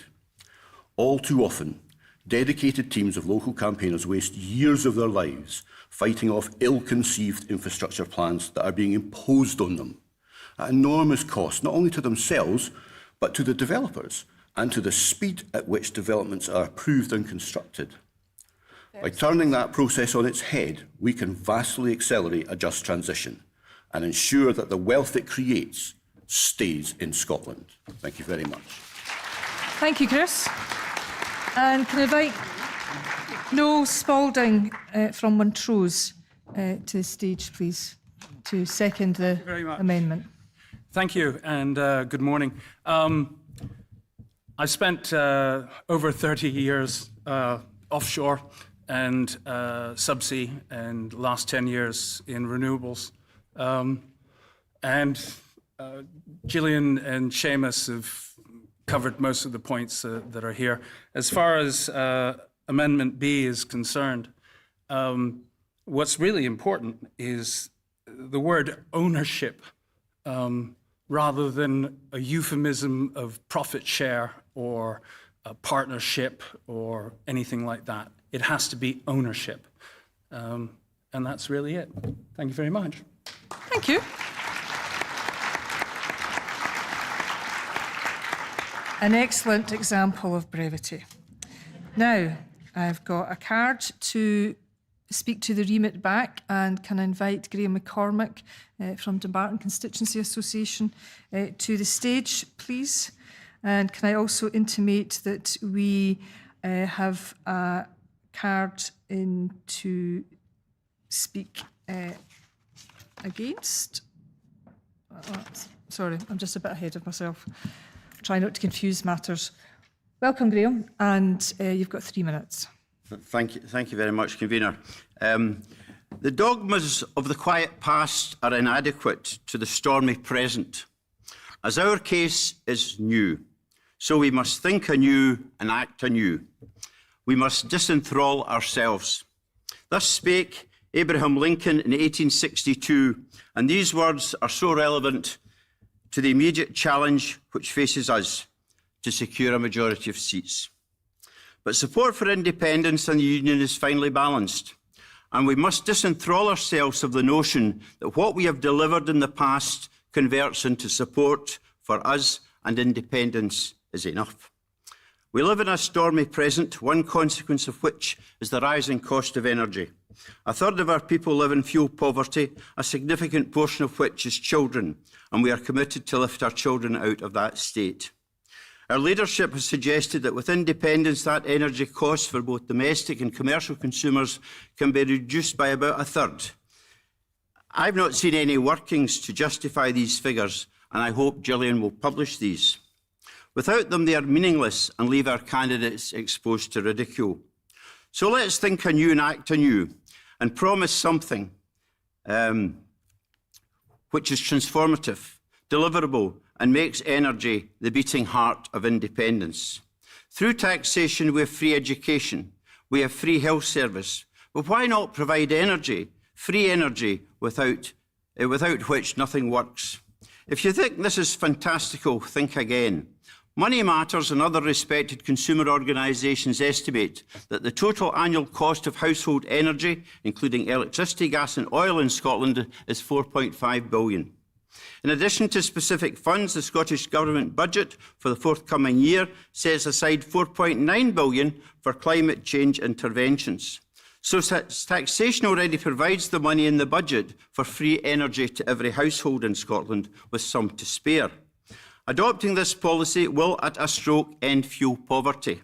Let that sink in. At one stroke, using money in its budget, we can end fuel poverty.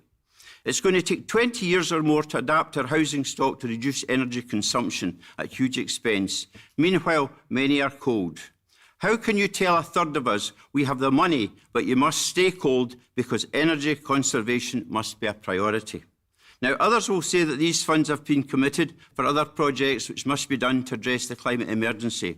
My answer to that is, if necessary, by increasing tax modestly or delaying some projects by a year or so, is a price worth paying if all our people are free from fuel poverty, and in short time it will actually accelerate our decarbonisation. The offer of permanent free energy going forward would be conditional on consumers only using clean renewable energy. So in subsequent years, those using carbon fuels would increasingly see they have to increasingly contribute to their energy bills incrementally over 5 years, so that in year 6, if they haven't converted to clean energy, they will have to pay the full cost. We are told that Scotland has the... Oh, I've missed it. Please. Right, I'm just coming to the end. You're over time.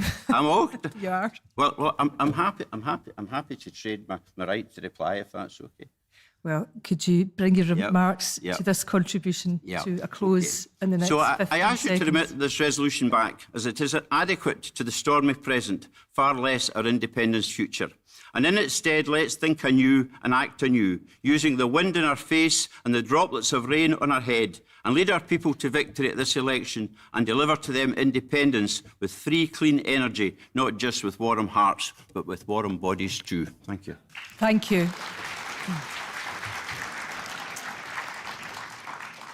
Is there a seconder for the remit back? Gentleman over there.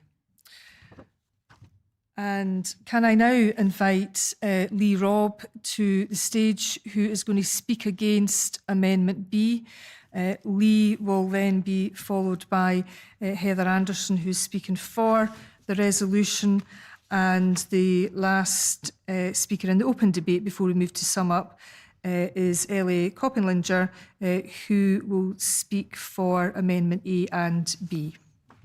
Thank you. As someone who grew up in Fife, I know not to pick a fight with a Fifer, so I'll be sneaking out of here quietly after this. Scotland is bursting with energy, and where oil and gas has served us well for decades, we now look to the sun, and the sea, and the wind. Our weather is the worst in Europe, but it's enough to power our country. And if we use it right, the renewables revolution that we're undertaking just now requires for us to build and build now. On day one of independence, Scotland could be an energy trading nation, and we could do that with offshore renewable wind alone, never mind all the other stuff that we've got going on. That's a future worth looking to. But the problem that renewable energy has just now is Reform UK. Reform UK hate renewable energy. They've threatened to scrap contracts. They've threatened to tax renewable generation. And that has put developers in a really difficult situation where they're now reconsidering some of their commitments to our country. We need to turn the tide on that. This amendment doesn't turn the tide on that. It's well-intentioned because communities do not feel the benefit of renewable energy being built in their backyard. The fact that we are spending more than almost anyone else in Europe on energy bills is a disgrace, and an independent Scotland would do that differently. We need to get building now and send a signal out from this conference that Scotland is open for business, that we want investment, and that we're ready to embrace the renewables revolution that is coming and is going to benefit us all. So please, support the resolution, support Amendment A, but not Amendment B. Apologies, Fife. Thank you. Thank you very much, Lee. Can I invite Heather Anderson to the stage, please? Heather is a leading light in our local government. Councillors, come on, get up to the stage. And she's also our excellent Scottish Parliament candidate for Dundee West. Yeah. Okay. I'm supporting the resolution wholeheartedly because I want to live in a Scotland where we don't just have the energy, but we've got the power. And I think we coined that phrase, Gillian, at a North East Regional Assembly meeting. The need to gain power to control our own energy could not be clearer than it has been in the last few weeks.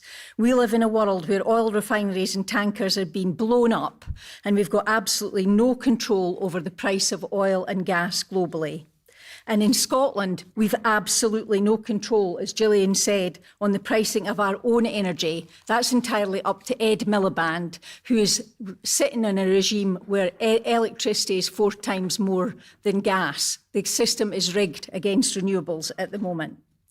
And for us in Scotland, we've seen this energy film before. We know about Norway's sovereign wealth fund and our austerity bucket.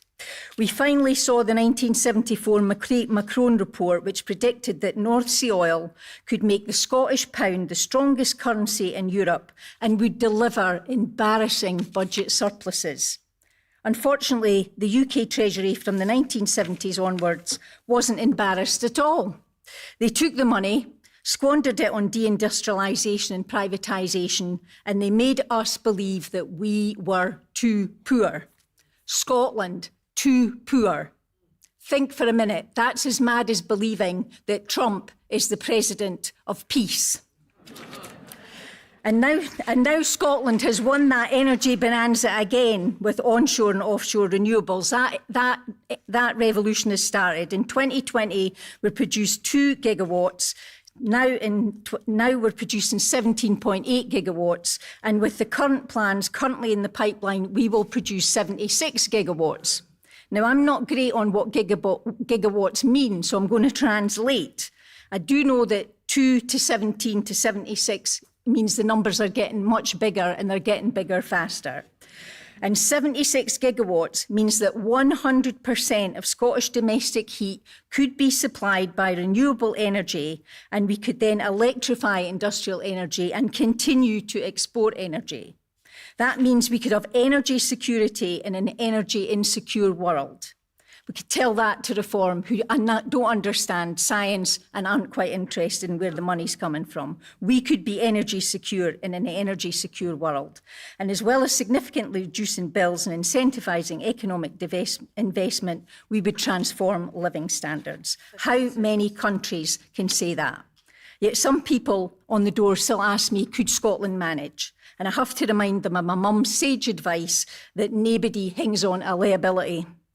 And I also have to point out that our neighbour hasn't missed the significance of our second lottery win.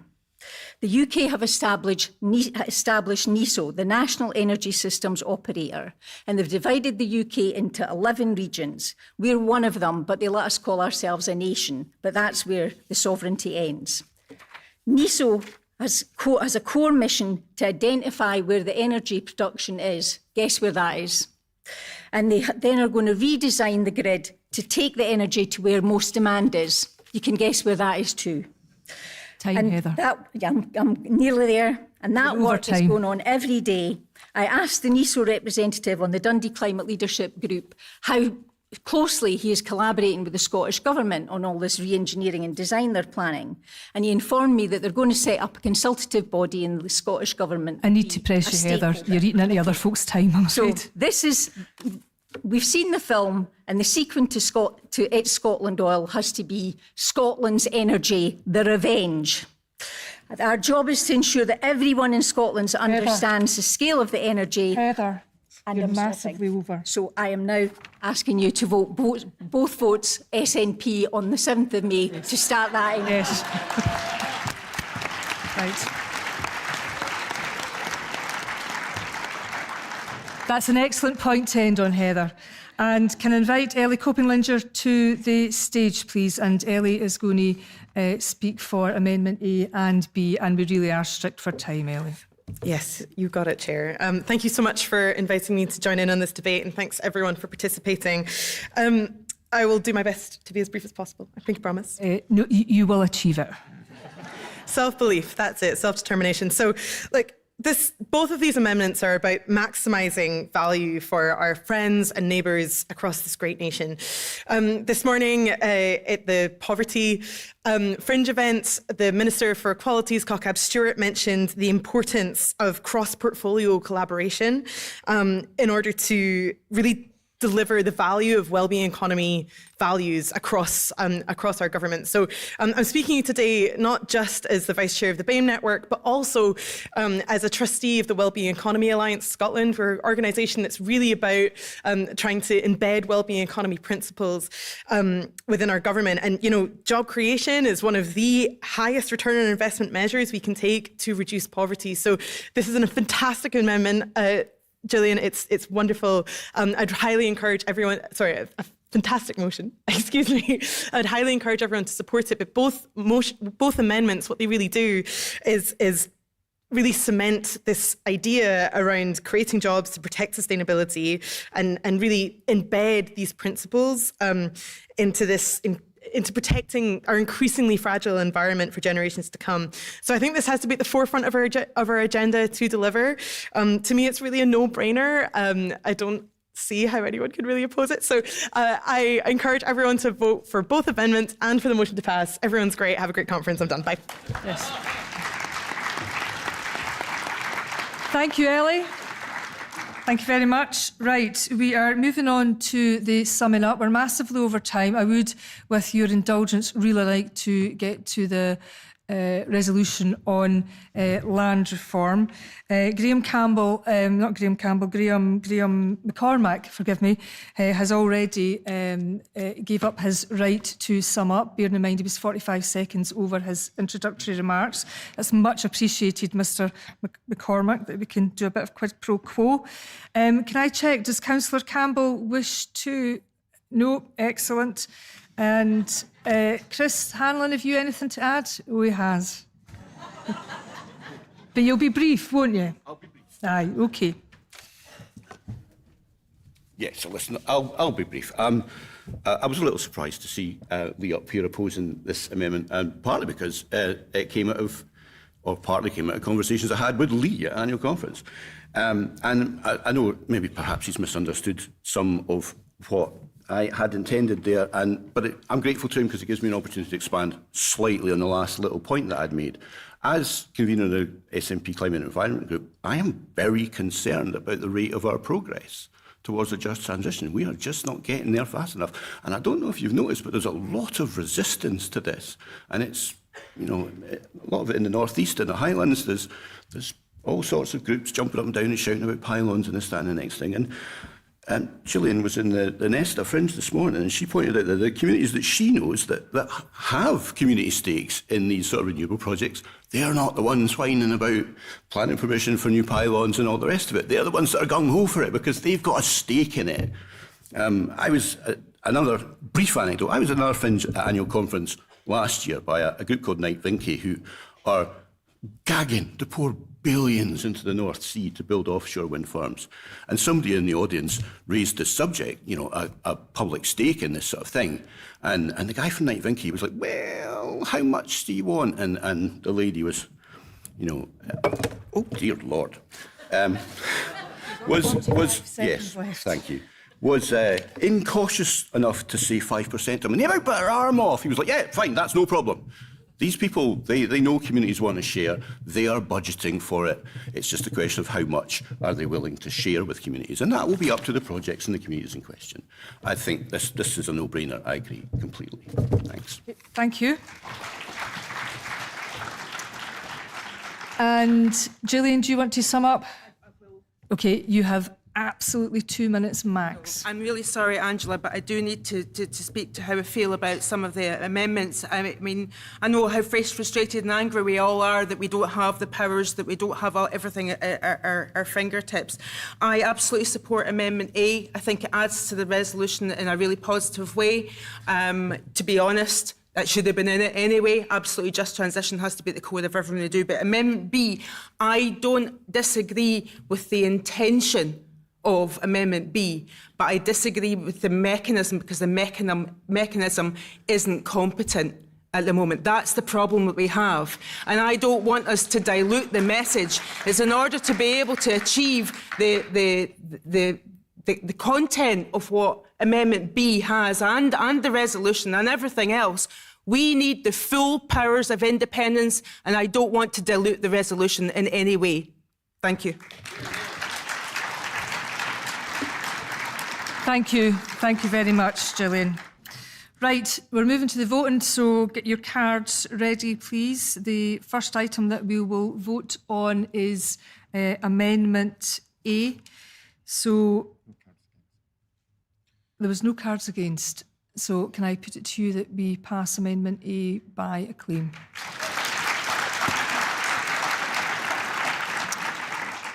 Amendment B, there was a card in against, so we will now proceed to the voting on Amendment B. Those in favour of Amendment B, raise your cards. OK, cards down. Those against Amendment B. Amendment B falls.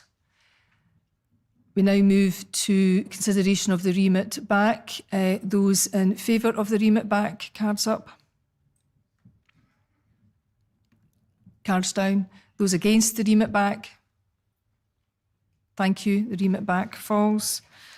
And we now come to vote on the resolution as amended by Amendment A. Those in favour? Cards down. Those against? Resolution A as amended passed. Thank you very much.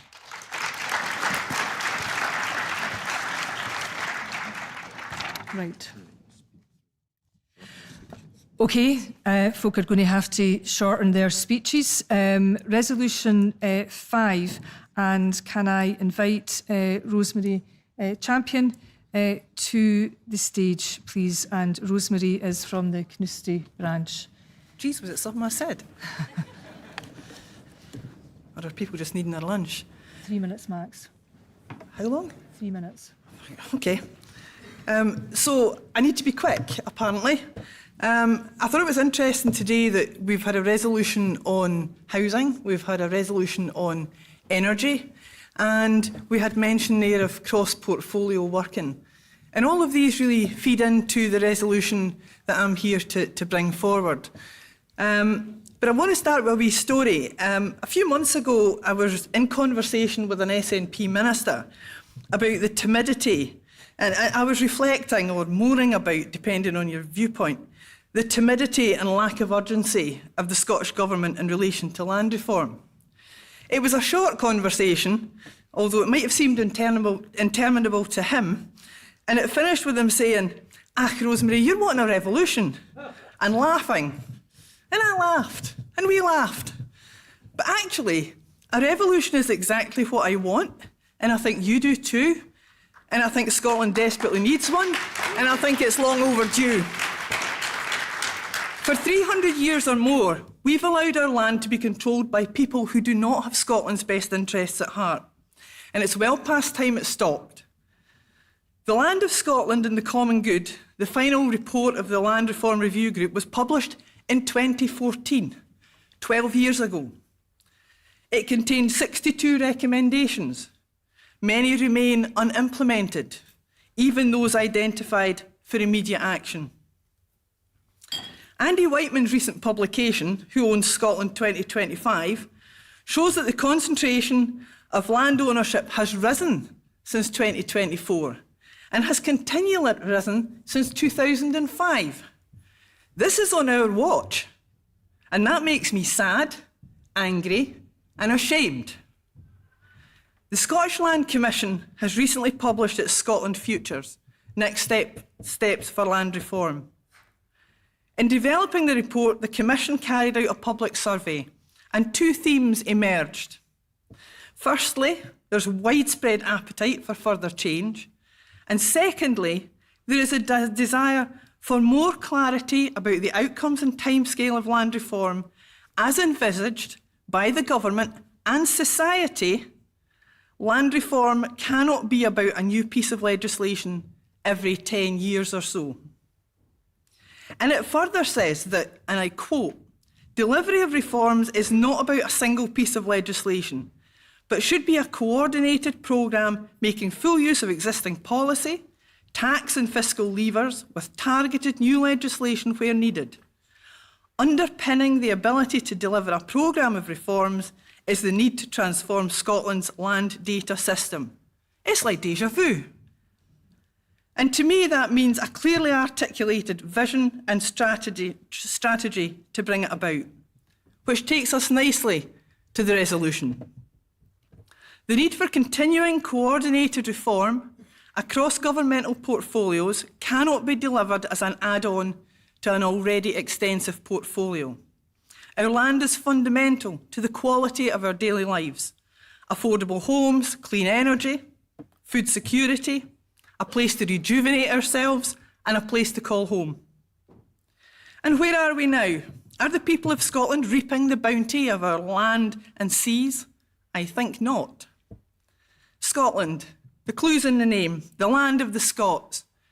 I don't define Scots by blood or birth, but if you want to own a piece of our land, at the very least you should live here, pay your taxes here, and contribute to our communities.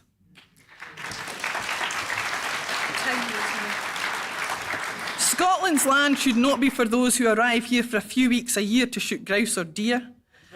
It should not be for the wealthy who would make our playgrounds here while residing and paying their taxes elsewhere. It should not be for corporations who very likely pay no taxes anywhere. As the Commission puts it, landowners should be meaningfully connected to the places their decisions affect. Time, Rosemary. It's long past time to tweak and micromanage. So let's give our land the profile in our Parliament such a fundamental issue deserves. Let's have a champion with fire in their belly whose sole role is to fight for Scotland's land. Someone who will listen to those with Scotland's best interests at heart, who will defy the naysayers and the fearties and bring Scotland's land back to the people of Scotland. Conference, support the resolution. Thank you, Rosemary. Can I have a formal seconder? We've got a speaker. We've got a seconder. I just don't have time to accommodate seconder speeches. Can I invite Chris Hanlon to the stage, please, to speak to Amendment 5A. And we really do need brevity. Land reform is an important issue for this party. I wanted to get this resolution discussed and debated, but I do appeal for brevity. So 2 minutes, please. Absolute max. 2 minutes? Max. Goodness, okay. This amendment is not intended to criticise the original resolution, but to enhance and extend it. If you will indulge me, I want to read you a passage from Adam Smith's The Wealth of Nation, paraphrased a little for clarity. Rent, considered as the price paid for the use of land, is naturally the highest which the tenant can afford to pay in the actual circumstances of the land. In adjusting the terms of the lease, the landlord endeavours to leave him no greater share of the produce than the ordinary profits of farming stock in the neighbourhood. This is evidently the smallest share with which the tenant can content himself without being a loser, and the landlord seldom means to leave him any more. The rent of land, therefore, considered as the price paid for the use of land, is naturally a monopoly price. It is not at all proportioned to what the landlord may have laid out upon the improvement of the land, or to what he can afford to take, but to the maximum amount the farmer can afford to pay. What Smith is saying there is that those that have an effective monopoly on access to land are able to skim off anything more than what he calls the ordinary profit of stock on any economic activity that occurs in it. The ordinary profit of stock, meaning just enough to scrape by on, or what we might call minimum wage in the 21st century. Now he's talking specifically about agriculture, but the principle applies equally to any economic activity that requires access to land. And you might be thinking, but what about people and businesses that buy the land outright and don't have to pay rent? Well, unfortunately, that's just the same cage with some nice gilding on it. You control the vast bulk of the land and refuse to sell it at any price, then you create a situation of artificial scarcity. Every business that needs land to conduct its business, any individual worker that needs a home to live on, they are all in cutthroat competition for the same scarce resource. That drives up the prices to the point that the cost of money that you need to borrow to buy land is effectively the same as the rent you would have paid to one of these 18th century landlords. And if the banks that lend you the money to buy the land are willing to lend you virtually unlimited amounts to buy it, then the price naturally spirals out of control, only limited by the maximum amount the economy is capable of supporting. That's a rent being paid to the banks. And who do you think owns the banks? Well, it's the same rentier class that owns most of the land and the energy companies and pretty much everything else too. You're over time. Thank you very much. We are still paying them rent for the land that we notionally own, and they still leave us barely enough to scrape by on. Over the past 4 years, we have passed policies that would utterly transform access to land and that would unleash our economy in a way very rarely seen in a developed country. We just need a championing government willing to implement them. Thank you. Thank you, Chris. And just to confirm that we also have a seconder for that amendment, can I invite Graham McCormack to the stage, please, who is going to speak to the remit back.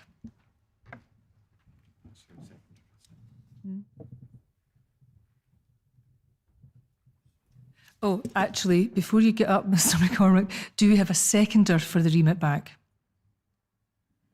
Yes, we do. 2 minutes? 2 minutes. 2. Okay. Do my best. You gave me a wee wink there. 2 minutes. Right. Try to be nice to get you to stick to time. Conference, I invite you to remit this resolution back.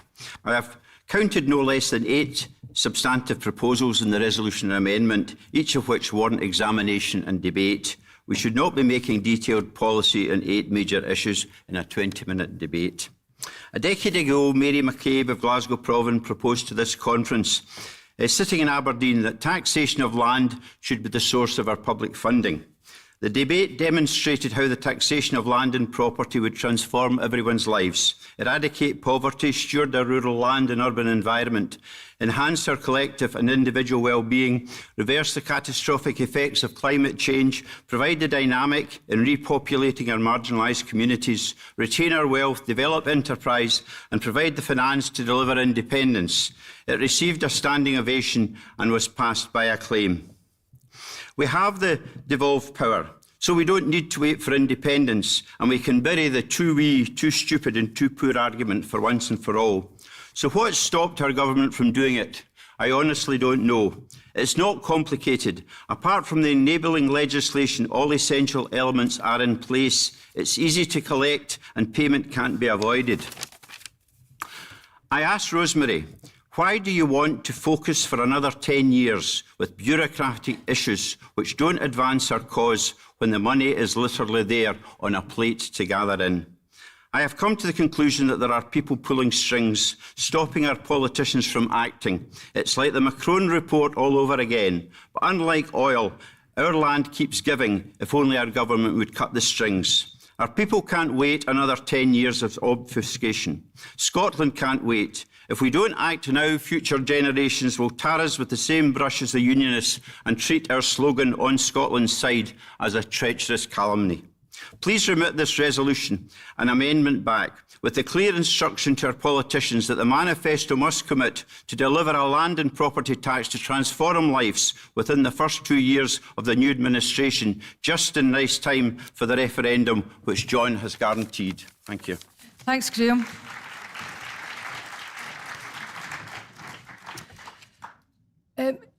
In terms of summing up, Chris Hanlon, is there anything you wish to add? No.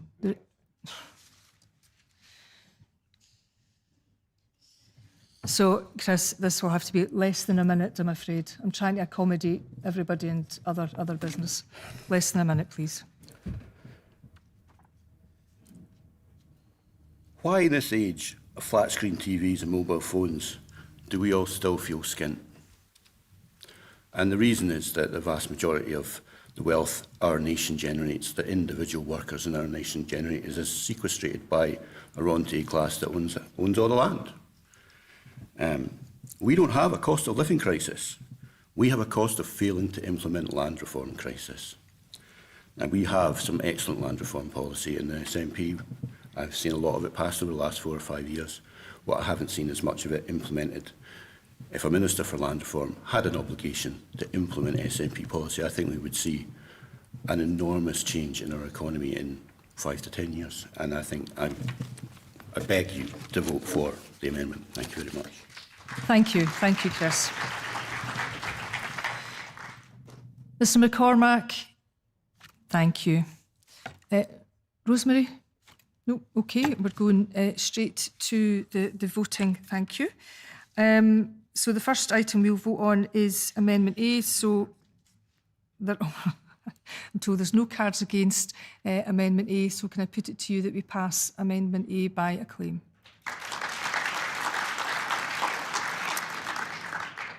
And we now come to the remit back. Those in favour of the remit back, please raise your cards now. OK, thank you. Those against the remit back? OK, cards down. The remit back falls. And those in favour of the resolution as amended, please raise your cards. Cards down. And those against? OK, cards down. The resolution as amended passes. Well done, Rosemary.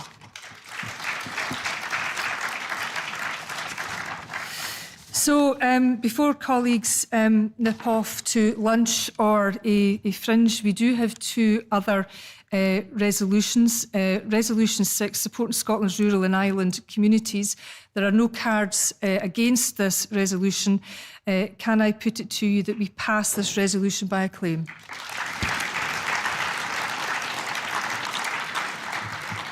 And similarly, colleagues, with Resolution 7, renewal of the New Scotch Refugees Integration Strategy, there are no cards against, and can I put it to you that we pass this resolution by acclaim? Thank you very much. I wee can get something to eat and a wee bit of fresh air, and see you all back sharp for 2 p.m. start. Thank you.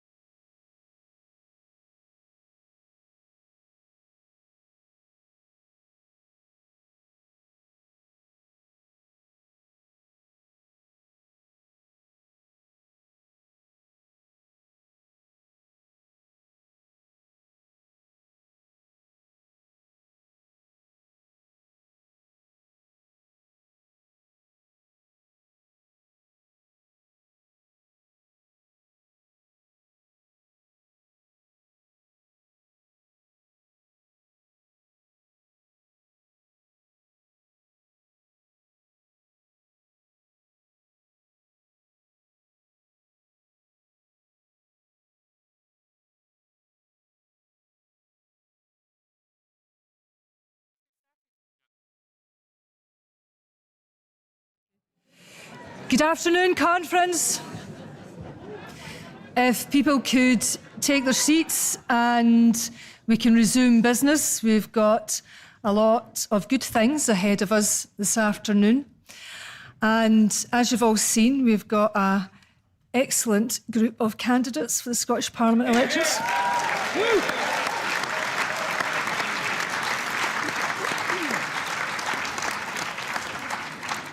But I also, colleagues, want to take a moment to thank all of the MSPs who are standing down and to thank them for their service in Scotland. And if you bear with me, I'm going to read out the people that will be departing from our Scottish Parliament. So, and I'm reading them out in alphabetical order. So, Stephanie Callaghan, Willie Coffey, Graham Day, Natalie Dawn Innes, James Dornan, Annabel Ewan, Joe Fitzpatrick, Kate Forbes, Mary Goujon, Christine Graham, Fiona Hislop, Bill Kidd, Richard Lochhead, Gordon MacDonald. I think that was Gordon cheering there. Rona Mackay, Ruth Maguire, Michael Matheson, Audrey Nicholl, Shona Robison, Kevin Stewart, Nicola Sturgeon,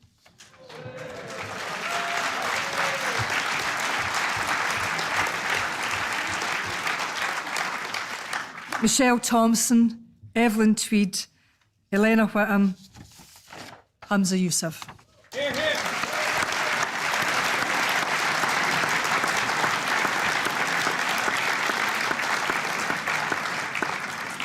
And as Christine Graham made very clear earlier, she and others may be departing from Parliament, but they have not departed from the independence campaign.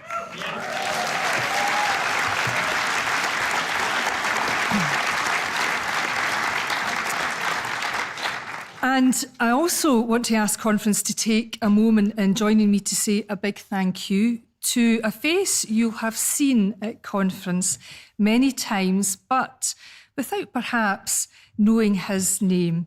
For the past 15 years and across 4 different First Minister, Billy Kirkwood of Security Group has been the guy on their shoulder at conference and campaign events and will have appeared in the background in hundreds of photos. After threatening it for a long time, Billy is finally going to retire from the role, and though we hope he'll make it out on the campaign trail before the election, this will be the last SNP event that he covers for us. So thank you to Billy for going above and beyond on many, many occasions over many years. I know that Billy will be greatly missed by all of those who've had the pleasure of working with him. Let's thank Billy.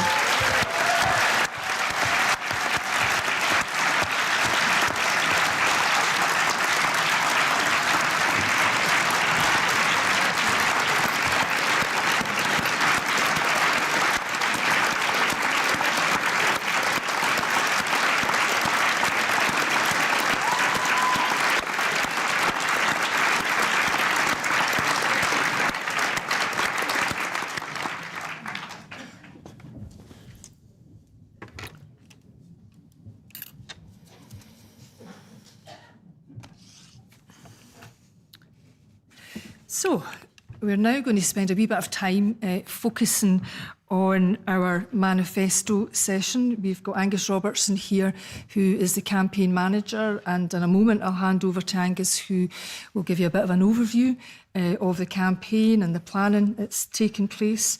I've got Deputy Leader Keith Brown and our Vice Convener for Policy, Deirdre Brock, who have been working very hard on the manifesto, and they will, provide an update. I've got Mary McCallan, the MSP for Clydesdale, and also a member of the Scottish Government Cabinet, who will talk broadly about the Scottish Government priorities. So over to you, Angus.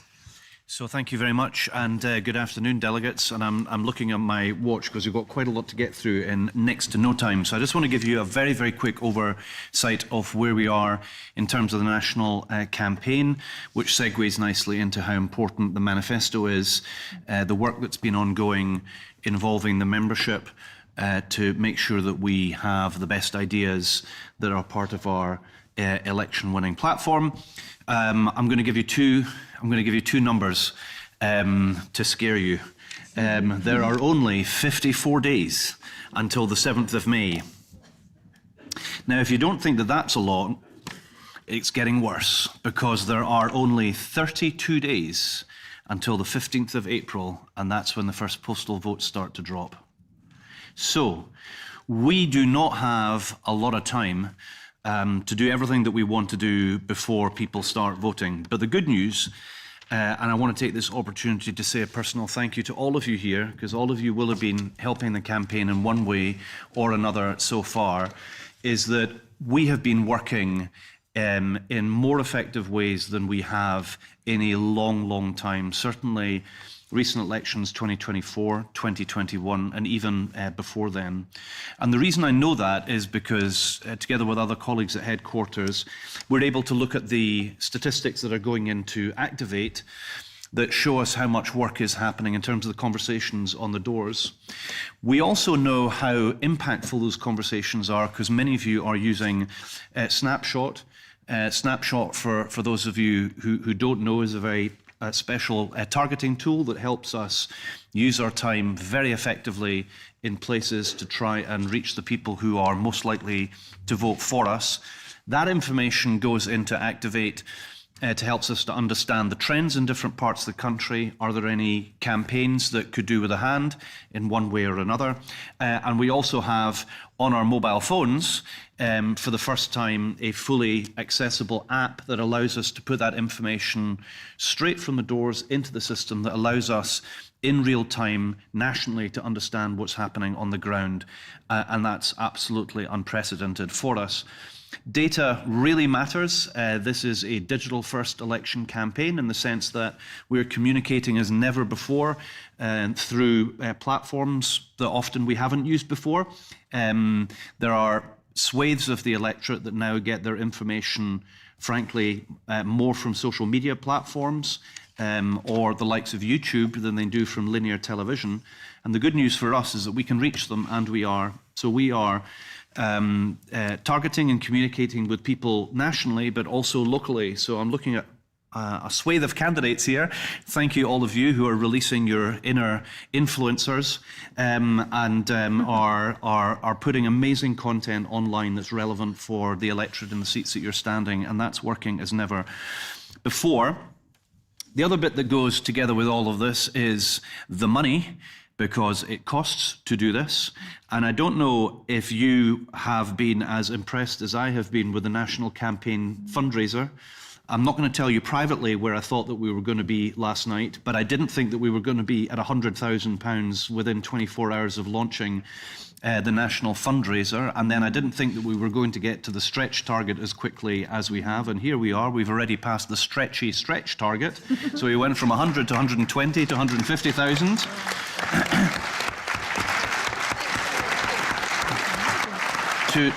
to even more. So before I hand over to Deirdre and to Keith Brown, if you can all do me a favour and get on your phones if you do have Wi-Fi connectivity, and make sure that you retweet the link to the national campaign fundraiser, because if we keep the momentum going, we get the funding in place. This is what is going to be used to advertise digitally to make sure that our message gets across, because we have a path to winning a majority in the election, but we need to be really smart about how we target the electorate, and that's exactly what we plan to do. So I'm going to stop there.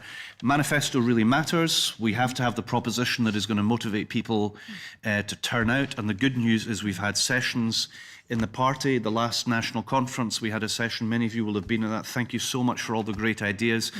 Our policy boffins have gone away and they've looked at many of those suggestions, and a significant proportion have made it into the consideration for the manifesto, which is yet to be released. So no sneak previews. But if I hand over to you, Deirdre, and to Keith to let us know how you've been getting on and what more people can be suggesting.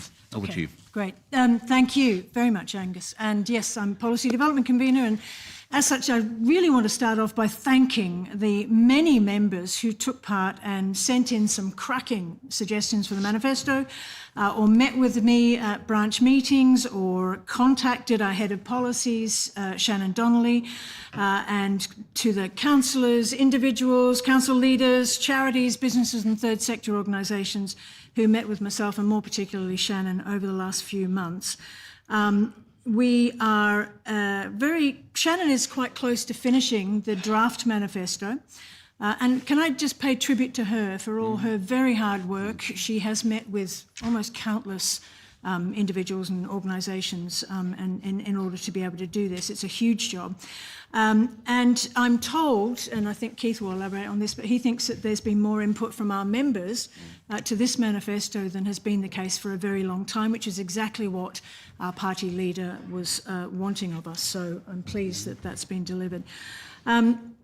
So Keith and Shannon and I are going to meet shortly to go over sort of the final draft, and that will then go into John, to the party leader, for his final choices. But I am very confident that we will, these choices that have been selected will find favour with our electorate. And just finally, I want to thank all the members of the Policy Development Committee as well for all their work over the committees over the last 18 months and the contributions they've made by being ever ready to discuss proposals for resolutions and manifesto ideas.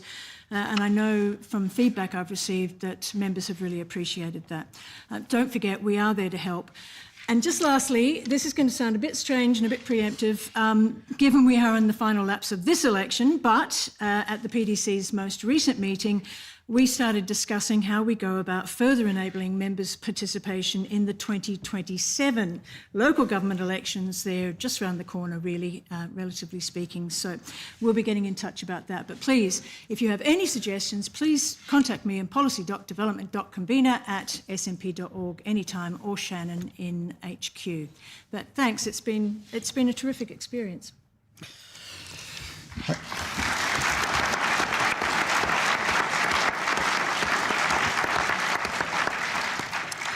Can I start off by thanking Deirdre? I mean, having now been Deputy Leader for 7 years, which means I'm due for early release anytime soon, this has been by far the best of the campaigns in terms of involving the membership.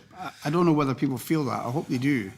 But certainly my experience in a number of campaigns now, many successful ones, I've never seen the membership so involved in this. And actually, a lot of the credit for that comes down to John Swinney. He was absolutely adamant that the membership should have their say. We had an event at conference recently, which was open to the whole floor. We had an even better event, which was one of the fringe ones in Aberdeen, which I know it's often said, and it can come across as patronising, but the level of suggestions, the range of suggestions was absolutely phenomenal, and gave Shannon and Deirdre in particular, and let's be honest, it's 2 women, 1 man, all the work's been done by 2 women, it gave Shannon a huge amount of material to use for the basis for the draft manifesto. And just to clarify for anyone that's unsure, the Deputy Leader of the party has got a responsibility constitutionally to take forward the manifesto and put it together up to a certain point. And that is made so much easier for me by having a very active Policy Development Committee, which Deirdre has chaired excellently over the last couple of years, by having people that are willing to help the rest of the party put forward resolutions, amendments and proposals to conference. So having had that, and of course the absolute bread and butter stuff which many people won't see, which Shannon's been involved in, which is talking to all the stakeholders, and we have to do that. We have to know what the expectations are of people who have got a legitimate interest in who forms the next government. It's also in our interest that our manifesto reflects what people across society, and that includes third sector groups and many others, want to see from their government. So that's been done to an extremely high standard. So it now reaches the process where Deirdre and I will meet with Shannon in the next week to finalise what we think is the manifesto at that point. But the Constitution also says that the contents of the manifesto are for the party leader, and the party leader alone to decide. And that will be done, I'm sure he will do that in conjunction with advisors, both special advisors and political advisors. And just to bear in mind, if you've made a suggestion that perhaps Deirdre, Shannon and I think should go forward, but it doesn't appear in the final agenda, I'm not shifting the blame onto John. The point I'm making is there are a huge amount of pressures, whether it's budgetary pressures, whether it's legislative reasons why something can't be done, or whether it's just in the interest of a coherent and consistent manifesto. There are decisions which he will have to take. It doesn't mean that a proposal that you may have made that doesn't appear in that final manifesto is finished. Because obviously we can continue, there's been a number of programmes of government when hopefully we are the next government that we can take forward. And of course there are always the processes through the Policy Development Committee and through the party's channels to try and influence the government's thinking. So it's not the end of the process, but it does have to be a finite document. And honestly, the breadth of suggestions and things that we've got in as things stand is truly phenomenal.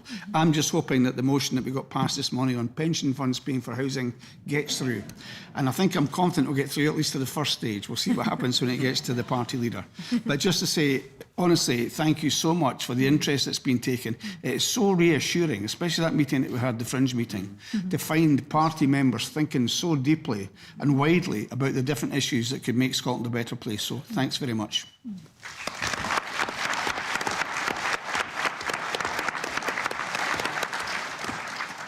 Thank you, Keith. I'll take that well-timed plug on housing to come in there. But firstly, just to say how lovely it is to be with you all today and just have a couple of minutes to speak to the government's priorities and our party's priorities. And I want to do that through the prism of housing, because it's what we've been discussing, some of what we've been discussing this morning. It's what I've been working on since I came back from maternity leave. And I think it exemplifies, our approach to housing exemplifies our priorities in government and John Swinney's focus on delivering for people's priorities. But it also just exemplifies who we are as a party. So we know that the right housing policy is a really important social intervention, which can make the difference between, for a child in Scotland, between a life of stability, opportunity and success, or the alternative. So it's such an important social intervention.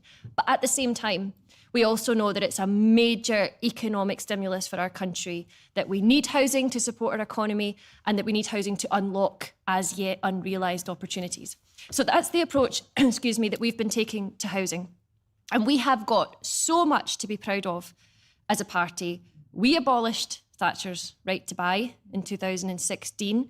We have set some of the world's most protective anti-homelessness laws, which are wrapped around people in this country, helping them to support them through homelessness. And through the period of, let's face it, it's not been economically a stable time, we've still managed to deliver 141,000 affordable homes for the people of Scotland, 101,000 of which have been the most affordable social rent.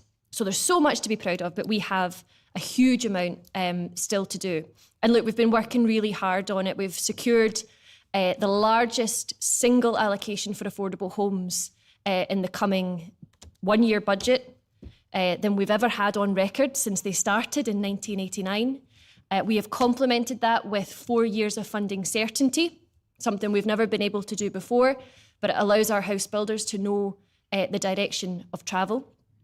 We're in the process of launching More Homes Scotland, which is going to be an agency specifically focused on bringing simplicity and scale and speed for the delivery of the homes that Scotland needs. So housing is going to be a big theme in the Parliament to come if we're returned.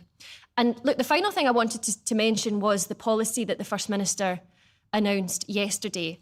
And it's a huge intervention about giving young people in this country hope.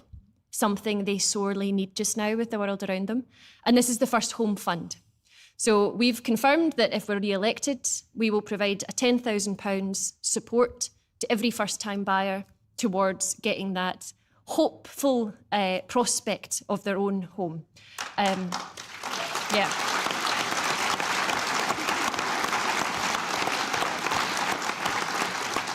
We know that with the cost of living, with the price of energy, the price of food, the price of everything that people are facing by the end of the month, if you're a renter, it's so difficult to have anything to put away for a deposit. So that's the government stepping in and supporting people. And look, I'll just finish off by saying that exemplifies who we are.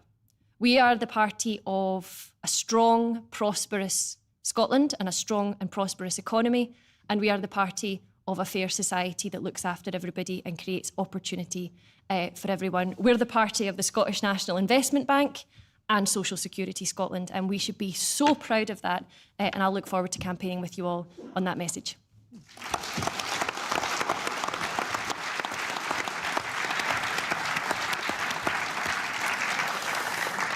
Thank you very much. And I hope, Conference, that gives you the sense of the breadth and depth that's gone into the campaign planning and preparation, the preparation and the planning to make sure that we win on May the 7th. And thank you to Deirdre for always planning ahead. I mean, we're still this side of the Scottish Parliament elections, but you can see she's thinking ahead to the council elections in 2027, which of course are also crucially important for delivering for the people of Scotland. And I think from Keith, what we've heard is that from Keith and the party leader, John Swinney, that there's been extraneous efforts to involve the breadth and depth of the membership in shaping that manifesto. And Mary has spoke beautifully about the need for our government to continue to give hope, to give opportunity, and we do that by delivering for the people of Scotland on their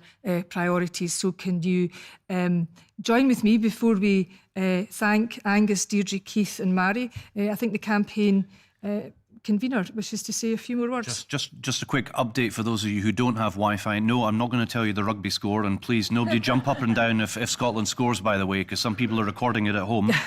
But just to say, you remember that we had a stretchy stretch target, so we went from 100 to 120 and then to 150. We are right now on £169,481. So, I don't know if you're thinking what I'm thinking, because that means we're very, very, very close to the stretch target of 175,000. I have a funny feeling if we keep this going, we might make 200. How about that? So let's push it. Push on through. Thank you very much, everybody. Thank you. Huge thanks to Angus, Deirdre, Keith and Mary.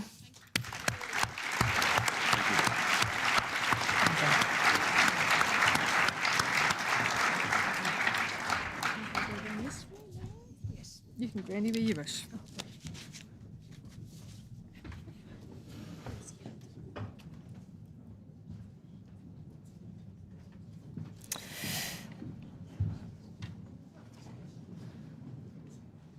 Topicals.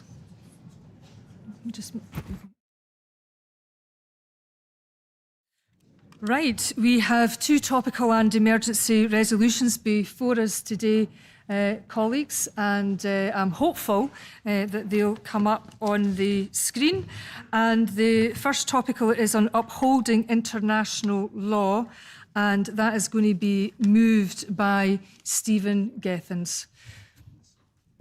And here he is.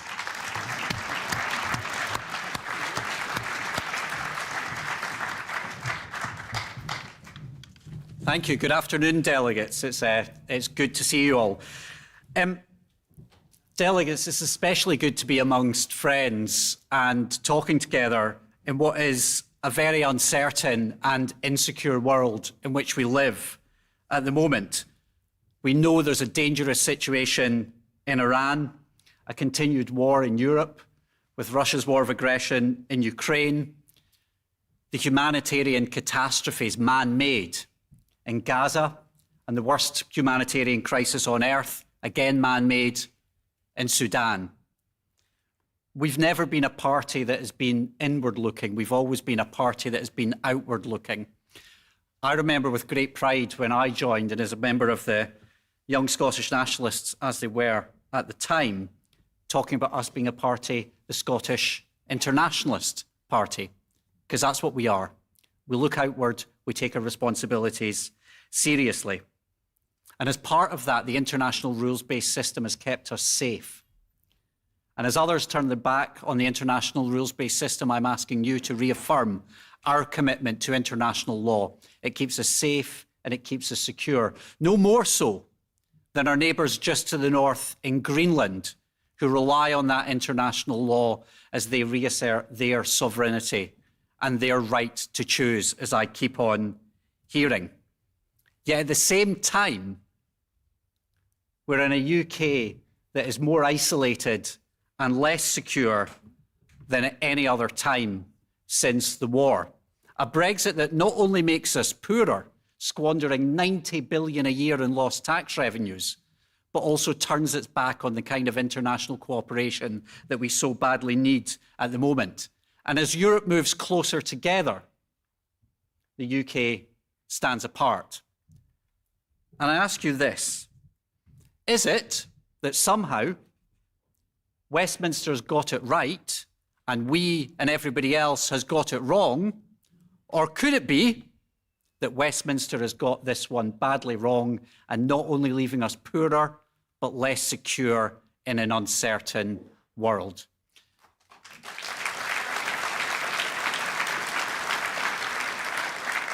So delegates, we never turn our back on our international responsibilities. We know the responsibilities come with an adherence to international law, and I would ask you to endorse this topical resolution this afternoon. Thank you.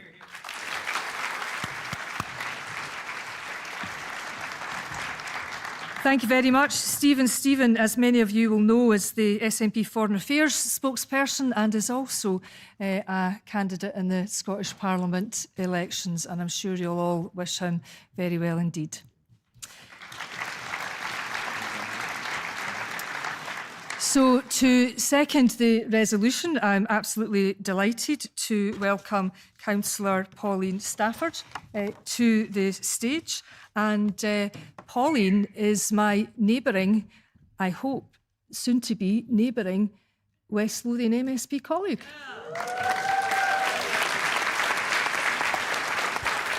Thank you, Angela. Good afternoon, Conference. Conference, at a time of escalating global conflict, and the international rules-based system feels incredibly fragile right now. Russia's invasion of Ukraine, Greenland's future discussed in the terms of a property transaction, a school bombed in Iran, Iran's attacks on its own neighbours, the catastrophe in Sudan, and a genocide in Gaza. All of these horrific examples reflect a world which can feel like international rules-based system is in decline, if relevant at all. The international law has a small print where the terms and conditions don't apply in all circumstances. As we are witnessing, this leads to untold human suffering, with indiscriminate killing and mass displacement of innocent people, a huge proportion of whom are children. Conference, it is because of these wars, those atrocities, the upholding and fighting for fairness and an international rules-based system is more important than ever. And Scotland, like our friends in Europe, in small countries like Norway, Finland, Denmark, has a role to play and must be able to speak with its own voice. Countries across Europe look to NATO and the EU as their twin pillars of national security, and Scotland should be no different. But that role that Scotland should have in the world has been undermined by a UK state now in terminal decline, deluded by a past of empire and colonialism. Brexit tore us out of Europe, denied our children a future as European citizens, and made the UK fundamentally weaker and more isolated. Scotland's future lies in engaging more closely with our European allies. But instead, by being tied to a broken Brexit Britain, we find ourselves isolated. A Britain that has slashed overseas aid spending, that finds itself outside the EU Defence Fund, that builds an aircraft carrier without any aircraft. That is our present, but it does not have to be Scotland's future. Now is not the time to retreat further from the world. It is through our independence that we can rejoin it. And Conference, just let me finish by saying this. In a world that feels ever more uncertain, it falls on us to build and secure the foundations of our own future. For me, for this party, and for our country, that future must be as an independent nation back in the European Union, leading by example in our respect for international law and taking our place in the world. Thank you.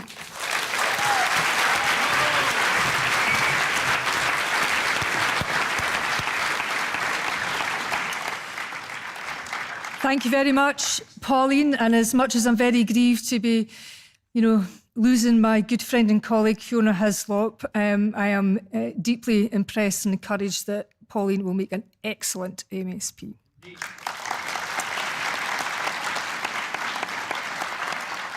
Could I invite Councillor Graham Campbell to the stage, please, to speak for the resolution?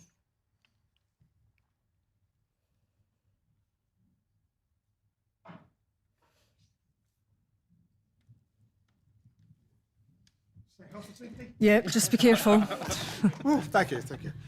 I was not ready for that, but thank you, Chair and Conference. I thought it was important to introduce Ukraine into this discussion, and we indeed tried through the Ukraine Solidarity Caucus.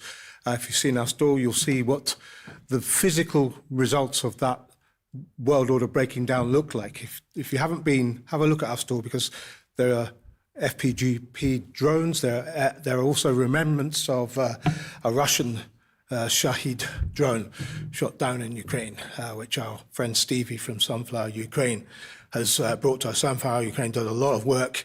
We want to use the solidarity support that there is for Ukraine to actually raise some real aid and real funds. So I want to just first of all make that point that we, Scotland and the SNP, still stands with Ukraine.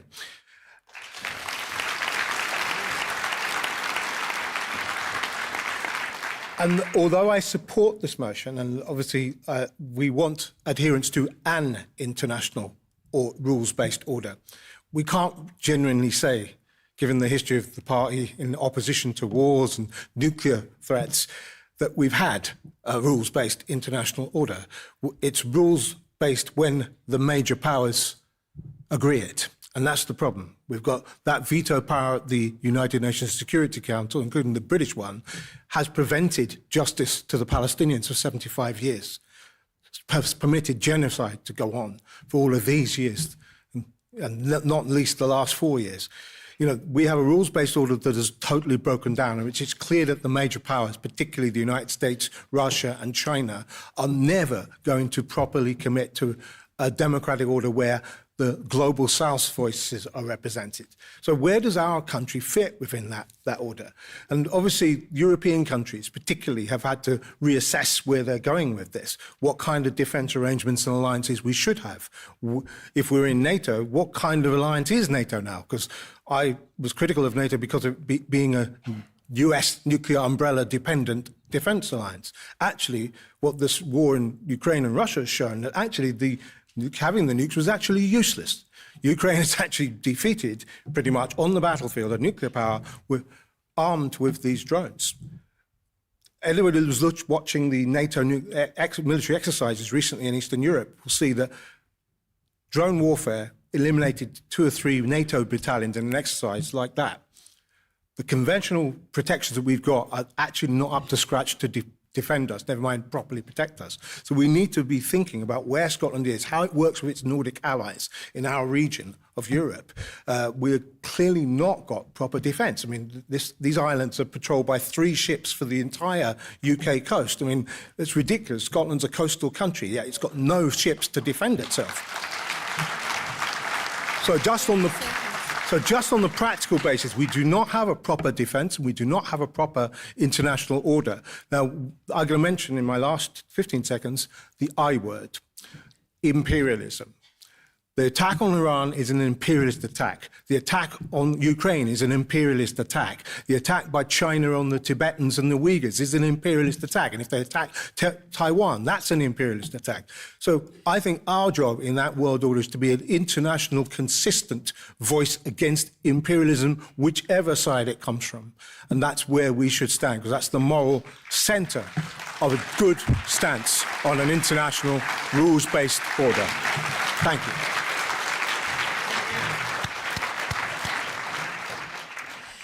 Thank you very much, Graham. Colleagues, can I put it to you that we pass this topical resolution by acclaim?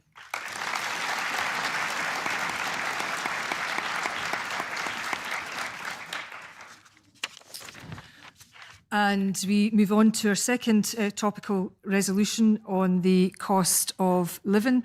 And the resolution will be moved by Shirley-Ann Somerville, MSP for Dunfermline and Cabinet Secretary for Social Justice. Welcome, Shirley-Ann, to the stage, please.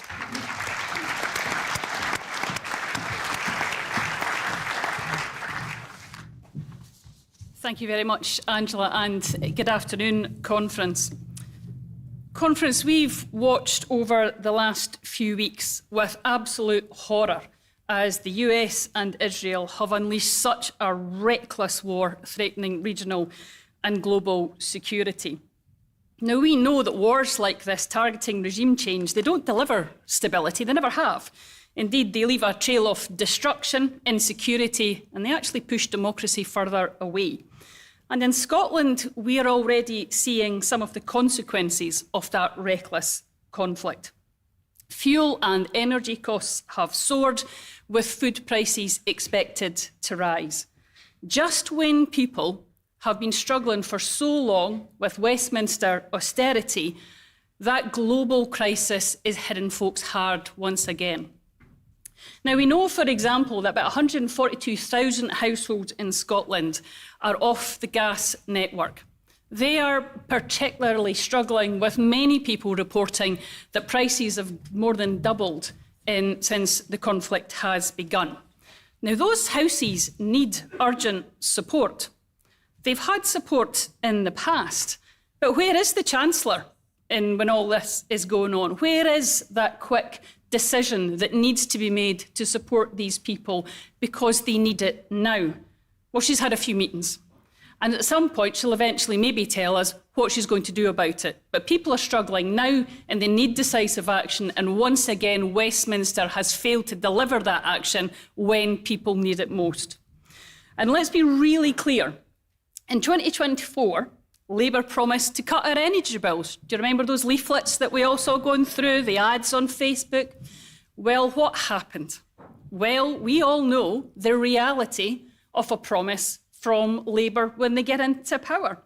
They also promised to create hundreds of jobs with their new energy facilities. How's that going up in the North East? How many jobs have been created from that? Because instead, the reality of Labour in government is energy bills are soaring and their energy profits levy is sucking the life out of our precious industries, not just in the North East, particularly in the North East, but not just in the North East. That's what you get when Labour get into government. And that cost of living crisis really does encapsulate how systems are really broken and why we need independence. Because when Westminster has failed, the SNP government is working hard, using the powers that we have to help people to bring costs down. Just last month, my colleague Shona Robinson launched the budget with the people's priorities at heart, delivering the strongest cost of living support package anywhere in the UK.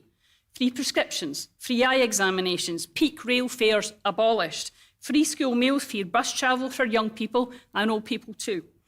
And as this energy crisis worsens, we can't wait around for Labour to act. That's exactly why the SNP government is continuing to invest, for example, in their Warmer Home Scotland scheme, saving on average £450 a year for households. Because delegates, we know, we've seen it. When Labour come to power and they promise change, well, we get change, but not exactly the change that they promised. What did they deliver? What was one of the first things they did? They took money off the pensioners. They followed that up with taking money from disabled people. Now, we've had a few chaotic U-turns that have backtracked on some of those policies, not all, but some of them, and they've eventually been shamed into scrapping the cruel two-child cap. But be under no doubt, because our people in all our communities across Scotland are still feeling the Tories' austerity agenda. It's just getting delivered by Labour now. And one of the ways that's really abundantly clear is we'll spend £159 million next year mitigating against UK Labour austerity. That's one of the prices of the union. Because Anna Sarwar and the Keir Starmer, they might talk about lifting children out of poverty, but it's actions that matter. You can't lift children out of poverty when you're imposing policies like the benefit cap, the bedroom tax, the freezing the local housing allowance. These are actively pushing people and children into poverty, and those are decisions that the Labour Party have chosen to make. They have chosen to push people into poverty. Conference, we know that independence can't come fast enough. We need the full suite of levers that we will have with independence to invest in our economy and our people. And as your Cabinet Secretary for Social Justice, I'm continuing to build the strong foundations so we can realise our full potential once we have that opportunity. Only last week, I was proud to deliver the SNP government's Tackling Child Poverty Delivery Plan. One of the areas within that was investing £111 million to reduce the cost of living for families, helping to increase incomes through work and social security. And the actions of the SNP government will keep 100,000 children out of poverty next year. That's your SNP government delivering for the people of Scotland every day we're in office.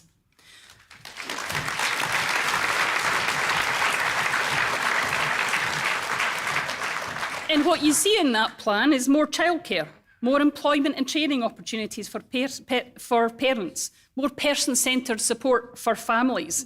And as we build on the success of the Scottish Child Payment, we see the additional premium coming in for children under 1. That's the difference an SNP government will make. Now, if Keir Starmer was to match our bold action, he'd actually be able to lift over 1 million children out of poverty. But he won't, and we know that he won't. So, colleagues, we have a choice coming up, and we know what that choice is. We can have the values of an SNP government that get on and deliver, or we can have more austerity with Westminster. And that's why we need an SNP government to continue in government and then get us on to independence. Thank you, colleagues. Thank you. Just go up. Thank you, Shirley Ann. And the candidate for Hamilton, Larkhall and Stonehouse, Alex Kerr, is going to second the resolution. Thank you, Angela. It's been a long time since the first independence referendum in 2014. You'll notice I said the first referendum. Now just think, by 2030, more than 1 million young Scots will be able to vote that were too young to vote in the referendum. A whole new generation of voters who need to have their say on our future. The Labour and Tory party told the people of our country that only by staying in the UK could we protect our standards of living. And since then, what has that generation seen from the UK?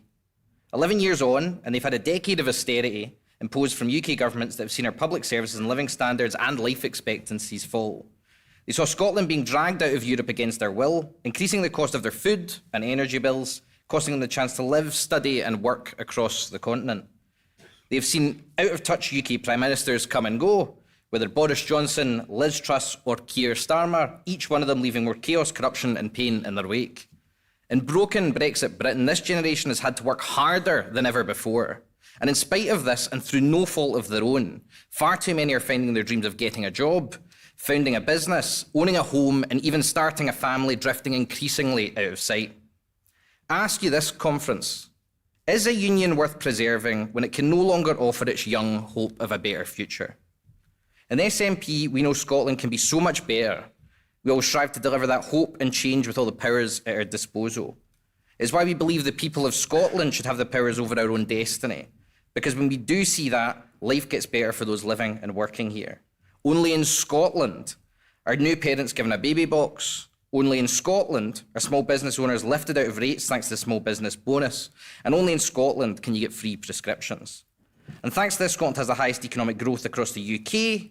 We're the only country in the UK where child poverty is falling. And we have the highest foreign direct investment outside London. But it is not enough. We're being held back, and for the sake of future generations, we need to get out there. We need to shut every door, speak to every voter we can across the country, and convince them to back our hopeful vision. That majority we need is within reach, friends. Let's make sure we do all we can to seize that new future, where we belong. A fresh start, back in the European Union as an independent nation. Thank you, Conference.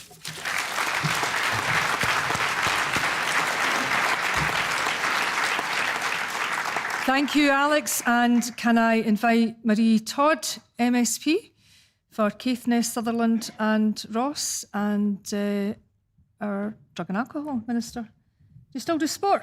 Yay! Yes, right. Well, you'll be quick then. Conference, almost all of my constituency of Caithness, Sutherland and Ross is off gas grid. That means that we rely on heating oil to heat our homes. In normal times, it costs us 4 times more to heat our homes than it costs you down here in the Central Belt. Since the conflict in the Middle East began, just a few weeks ago, the price of heating oil has more than doubled. The heating oil market is controlled by Westminster, but the prices are not capped and Ofgem pays no attention. In the Highlands, we have an ageing population and we have longer and colder and harsher winters. So in a part of the country that's older and colder, we are particularly exposed to these global shocks. One of the biggest challenges for people at home is the cost of a minimum fill. If your tank is empty, you need to find several £100 up front or go cold. We need help here and now. Conference, please support this resolution and please know that rural Scotland is facing immediate hardship, and please ask Westminster to act. Hear, hear.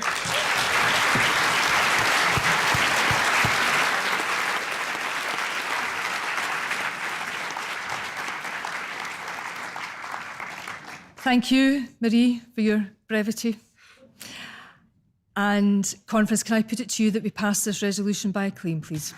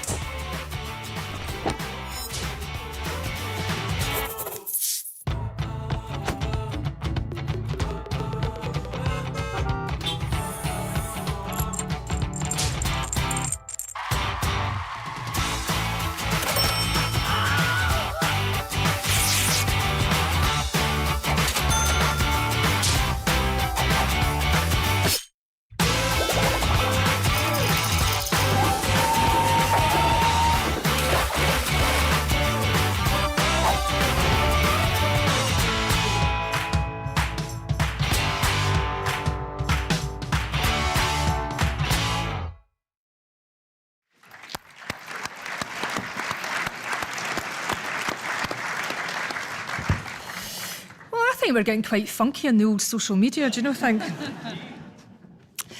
Colleagues, we're now going to hear from some of your team that will be putting themselves forward to be MSPs in the next Scottish Parliament. We will hear from some first-time candidates and we'll hear from some candidates who, it's safe to say, it's not their first rodeo. So can I start by asking Zen Ghani to come to the stage? Zen is the candidate for Glasgow, Cathcart and Pollock. Give him a warm welcome.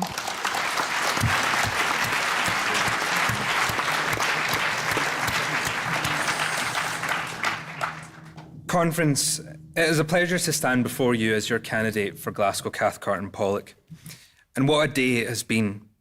friends from across our movement gathered here today with an SNP majority within touching distance. A fresh start with independence within our grasp. Because, friends, that's what's in the ballot on May. Our hopeful vision of what Scotland can be. A wealthy, fairer Scotland, built anew, built by the people of Scotland. And this hall today is buzzing with excitement, and rightly so. Because when you believe in Scotland's future, there's every reason to feel hopeful. Contrast that with the Labour Party conference in Paisley last month.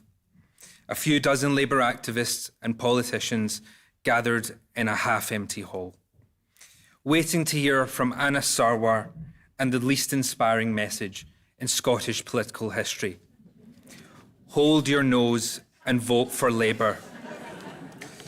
My word. Because conference, Scotland should never have to hold its nose to vote for its future. We should vote with hope.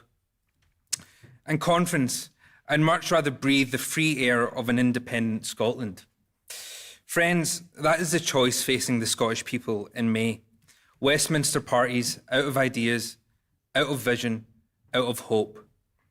A Scottish Labour Party tied to broken Brexit Britain in terminal decline. Conference, our country, our people deserve so much better than that. So while Anas Sarwar spends his time squabbling with his own party and asking people to hold their nose, let us offer the people of Scotland something more. Something more than the broken Westminster system that has failed us time and time again. Industry after industry, generation after generation. In May, we offered John Swinney's trusted leadership, a government on Scotland's side, and the chance to breathe the fresh air of an independent nation. Thank you.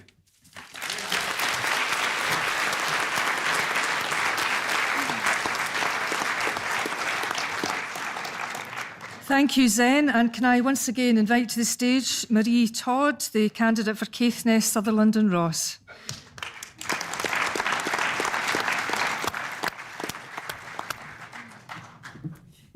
Conference, I can't tell you how proud and delighted I am to be here today, although I have to confess I do have one eye on rugby.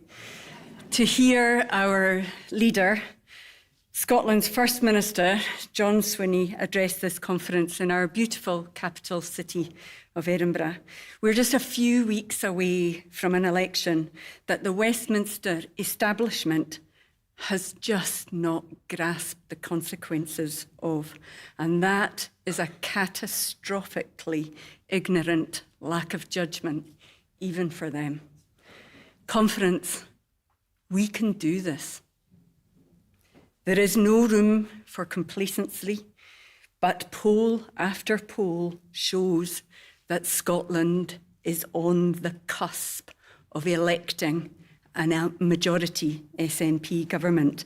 And we know that when Scotland elects an SNP majority, Westminster is forced to listen. Conference, we stand today on the final step to freedom, under the strong leadership of a man that has shown time and time again his ability to deliver for our nation, the ability to deliver progress in our NHS, the ability to deliver support in a cost of living crisis, and the ability to deliver for every corner of our country. Scotland, Conference, that man is John Swinney.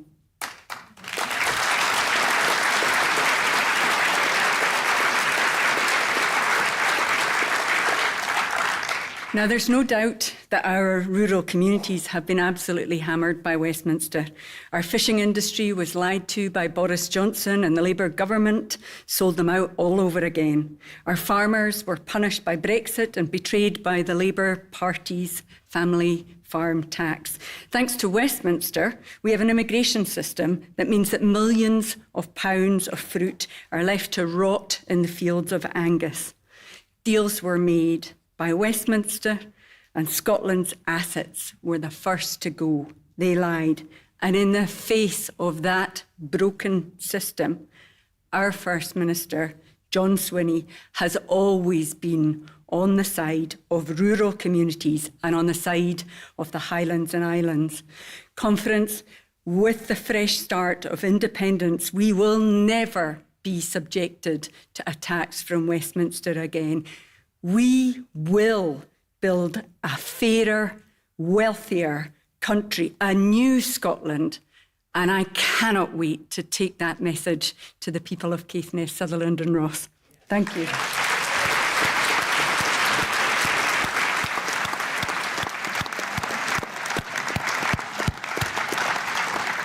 Thank you very much, Marie. Can I now invite Jack Middleton to the stage, please? Jack is the candidate for Aberdeen Central. It may be that my eyesight is failing me, but I don't see him. Right. All right, okay. Okay, thank you. Thank you for that. I'm afraid Jack has a family issue this afternoon. So without much further ado, can I invite to the stage again Stephen Geffens, the candidate for Dundee City East, please, Stephen.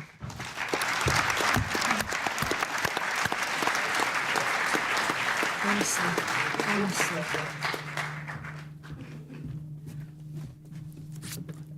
Friends, it's so nice to be here and so nice to be standing in an election for a parliament that actually delivers for the people of Scotland.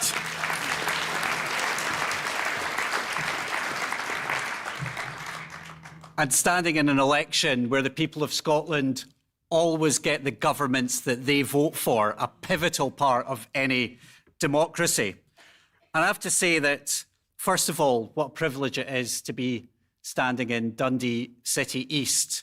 And I want to pay tribute to Shona Robson, who has been an outstanding MSP, a good friend.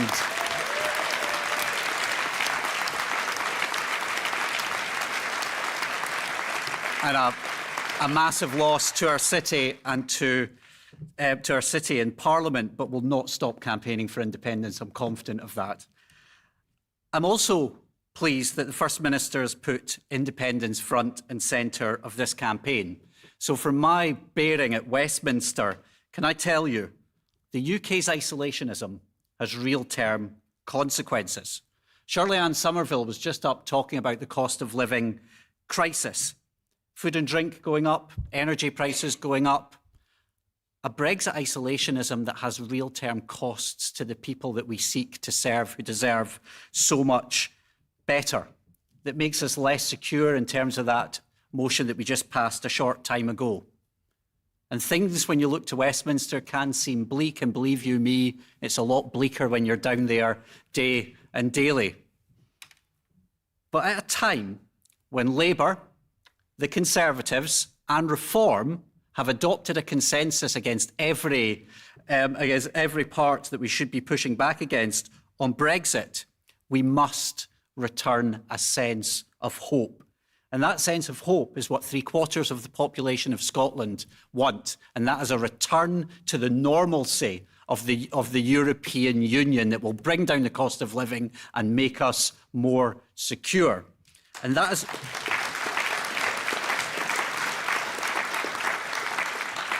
And that's a normalcy to work with our partners once again, to tackle the climate emergency, to make us more secure in terms of Russia's war of aggression in Ukraine, and bring down the cost of living where we know that energy and food and drink has gone up as a direct consequence of leaving the European Union. There's only one way to rejoin, though, given that damaging consensus, and that's with the normal powers of independence. So, friends, I appeal to you, over the next 8 weeks, we know the prize, we know it's close. Let's keep going, let's keep campaigning, and I look forward to working with you all as we look to achieve that. Thank you. Thank you.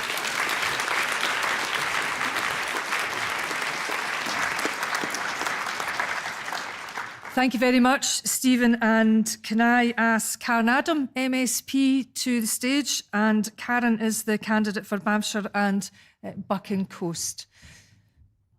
Big cheer for Karen, please.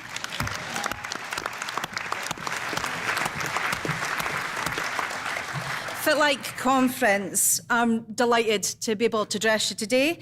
The candidate for Banffshire and Buchan Coast. I'm a North East Quine, and I am absolutely proud to represent the SNP, the party of independence. Conference. Over the last 5 years, my experience as an MSP has shown me that in the North East, we are grafters. We work hard in the energy industry. Thousands of people working day and night to keep the lights on all across the whole of the UK.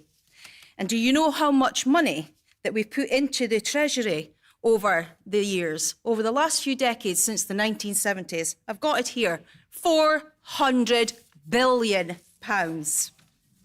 Right now, though, taking that for granted, Labour are throwing thousands of energy jobs on the scrap heap, hiking the price of fuel, spiralling costs of our food, and now what's happening to our energy bills.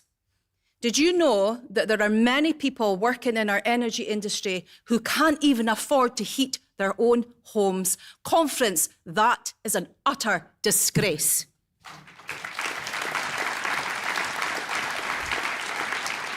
And now, what do we see? Nigel Farage arriving with his band of millionaire elites and bunch of Tory rejects. And what do they offer us? Nothing but division in our communities. Labour and Tories and now Reform are going to be hollowing out our industries. Reform are like a bunch of sharks. They're circling to siphon off our natural resources. And where is that money going to go? In their back pockets, and they're going to burn what's left of our North Sea industry. Conference, the SNP, us, the SNP, cannot let them get away with that. So it falls upon us. We have 7 weeks of graft to ensure that John Swinney, our party leader, is returned as the First Minister of Scotland, that we can go on to have our energy independence. But then, Conference, we will go on to have our nation's independence. Thank you.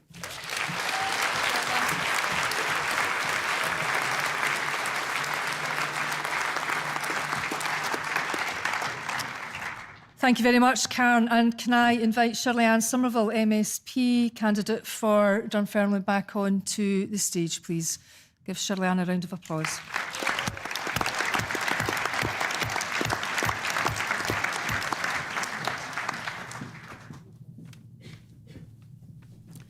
Hello again, Conference. There is nothing like a conference right before an election, I don't think, where you can meet old friends, you can swap canvass returns, and by the way, everybody I've spoken to so far, it's looking good out there. So there's a lot of good cheer and good heart in the room. But it gives us the opportunity to come together and just make sure we're in the right frame of mind for what's coming up, because there is a lot of work still to do. All the doors that we've chapped so far, all the doors that we'll chap in the next few weeks, the message of delivery and hope that we are carrying, it's all for what is in our grasp in May. Because we know, and our canvass returns are showing, that majority government and that fresh start with independence is in our grasp. It's there to be won. And we also know that independence is just about so much more than that one day when we get that independence. It's about the country that we build, the values that we have. It's about building that fairer Scotland anew, realising the ambition we all have for every child in Scotland, that Scotland truly can be the best place to live and to grow up. Now, the First Minister's made it very clear that eradicating child poverty is the defining mission of this government.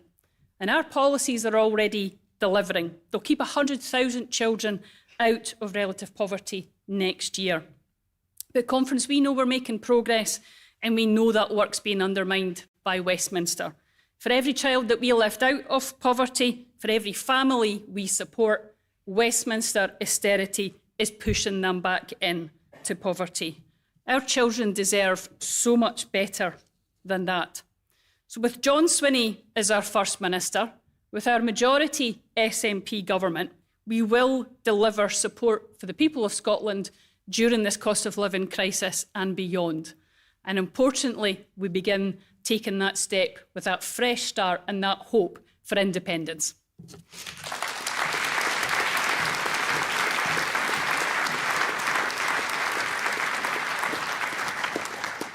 Thank you very much, Shirley Ann. And Conference, you have heard from not all of our candidates, but from a selection of our very talented, determined and hard-working candidates. And I would now like to introduce our talented, determined and hard-working Deputy Leader, Keith Brown, MSP.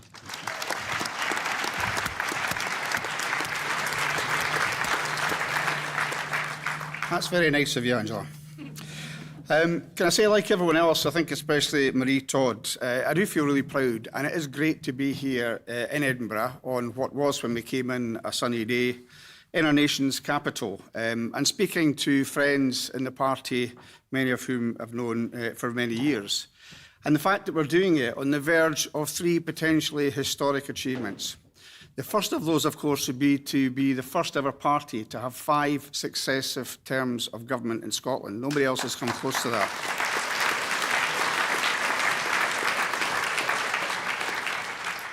The second would be the even more historic achievement of winning 2 outright majorities in the Scottish Parliament. And the reason why that's very important is to achieve that third, that crucial objective of achieving independence for our country.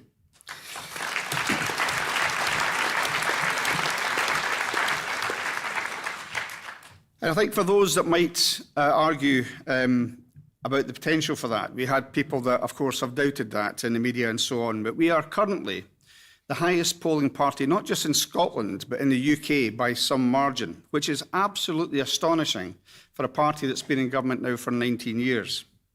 We are 15 to 20 points ahead. But as, again, Marie Todd said, there is absolutely no room for complacency. For those that can remember back in 2011, around about this time in the campaign, we were double digits behind the Labour Party, and we won that election out the park. One interesting point, though, was there was some survey work done by the party at that time, which showed that when people were asked, even when they had Labour in the lead in terms of the polls, when they were asked would they prefer an SNP government, which had delivered so well between 2007 and 2011, or a Labour government, they chose massively in favour of an SNP government. So that foretold that election. Now, I'm just guessing, and I'm pretty sure we're asking the question again, if people were asked at this point in this campaign if they would prefer an SNP government or a Labour government or a Reform government or a Labour Reform government, they would go for an SNP government, and that should give us real encouragement for the campaign coming up. And I think you have to ask yourself, when people do ask themselves that question, do I want to vote for the SNP with its track record and its achievements? Or do I want to vote for lookalike Tories in the Labour Party or recycled Tories in the Reform Party? They will choose the SNP and its leader, John Swinney, every time. And can I say that one thing that John Swinney and I share is the fact we were both born in Edinburgh. And I mention that because I should also say that between us, we now have 89 years in the Scottish National Party, which is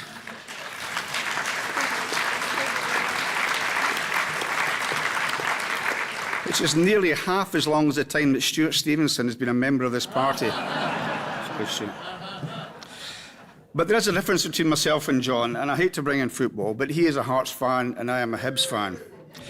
And he was asked recently by a journalist, quietly, how things were in the party. Was the party united? He said, well, the party is united, but I've got a problem.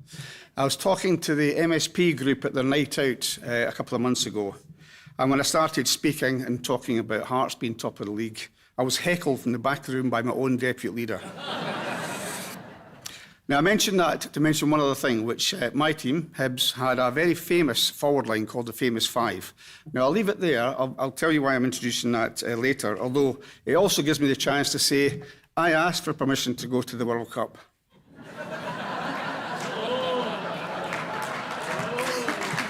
That makes me a prefect and Stephen a very bad boy.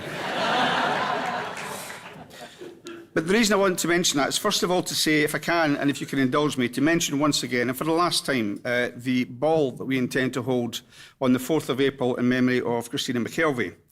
So I'd like to take a wee moment just to thank the many, many people in this room who will join myself and family and friends of Christina at the celebration ball taking place in her honour next month. And for anyone who wants to come along and has not yet got a ticket, we've sold over 350 tickets. There are a few left. There will be a QR code appearing on the screen shortly, and I'd love to see as many of you there as possible. It's almost a year to the day since we lost Christina, and not a day goes past when I don't think about her, as many of us do, and wish she was still here. And right now in particular, just imagine how much joy she would be bringing to the campaign we are all working so hard on. I know how hard each and every person is working right now, not least my own team in Clackmannanshire and Dunblane. But that's one reason why the ball on the 4th of April will be a fantastic opportunity for us all to pause for a night, to remember Christina. It will be an upbeat night. We'll have the kind of night she would have absolutely loved, and it's not black tie. If you can wear pink, but at least if you sparkle and glitter, that will do fine. We have Susie McCabe, the comedian, Elaine C. Smith and Tom Ury, all making sure that it will be a cracking night, and we'll have the former First Minister and a number of other guests as well. It's going to be an absolutely incredible evening, so thank you for allowing me the chance to mention it. But I will also go back to the idea of the famous five, and it's not a further football analogy. On the night, I should say, we will have a special auction. Now, mention's been made already of Jean Freeman, who is an absolutely devastating loss to the independence movement. But Jean, I remember going to the Beatson with Christina for one of these endless consultant meetings during her cancer treatment, and sitting there feeling fairly sombre, but who burrows round the corner with a tea trolley and biscuits but Jean Freeman, the recently retired Health Secretary. And that tells you all you need to know about Jean Freeman. So Jean Freeman is one, talking about the famous five. I think the second one is, for the ball, the auction will include a necklace which used to belong to Margaret MacDonald. She liked her bling, as the various people I'm going to mention shortly liked her bling. But that was given to Jean Freeman, and Jean's partner, Susan Stewart, has donated it to the ball for an auction prize, which will help to raise money both for breast cancer now and for the Maggie's Centre. So you've got something with real provenance, from Margaret MacDonald to Jean Freeman, and on to whoever is the lucky bidder for that as well. In addition, we will have, we've heard today, I should say, from Christine Graham. I mentioned Christine because although she mentioned it herself, it shouldn't be down to her to mention the fact that she has served the people of Scotland in its Parliament for 27 years.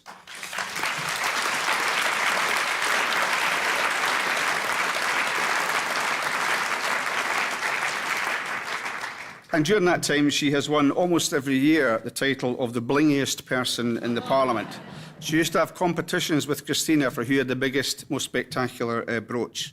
So I think Christine Graham should make it into that famous five as well.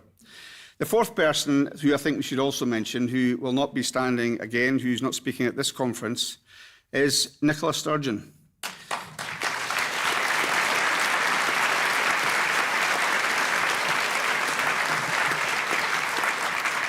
Now, we've all known Nicola for so many years and all that she's achieved in the party, but even if you know nothing else about her, to think back to those days of COVID when she had to face, either alone or with Jean Freeman, the questions, if I can call them that, from the media every single day in a really, really challenging environment, and all the other things that she's had to endure. So we owe a fantastic debt, and we owe, at least in large part, the position that we are now in, as I've mentioned, in terms of the polls, in terms of this campaign, to the fantastic work of Nicola Sturgeon over many years. So thank you, Nicola.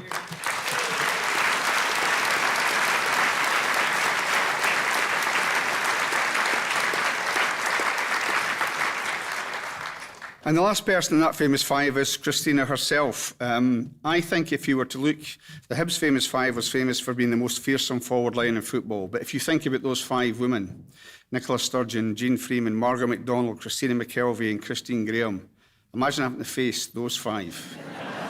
If you're on the wrong side of the argument. We have been, and I know I'm being invidious, there are many other women that we could have in that, but those five people, I think, deserve our thanks for all they've done for the independence movement.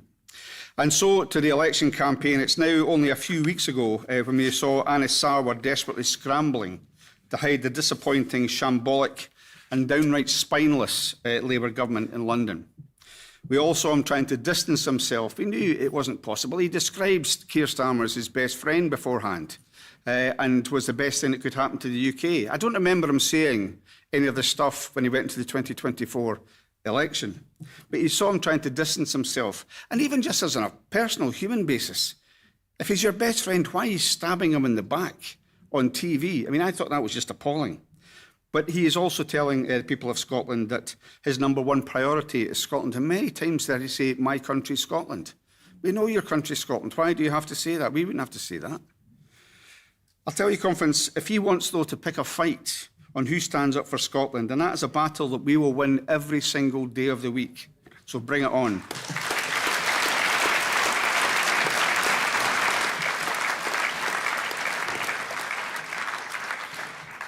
And if anyone thinks that Westminster at least thinks that we'll quietly accept the broken promises and their failing politics, then they've got another thing coming, because, Conference, only the SNP will stand up for Scotland, because only the SNP and its government stands up for Scotland. And let's be clear, at a time when far-right politics is rising and other political parties are jumping in with far-right policies right into the mainstream of UK politics, Scotland needs a party that will stand firm on the values that we hold. And I would much rather go with the description of Scotland that William McIlvanney developed as a mongrel nation than I would of Keir Starmer's land of strangers. Scotland is a welcoming country, and we should never forget that.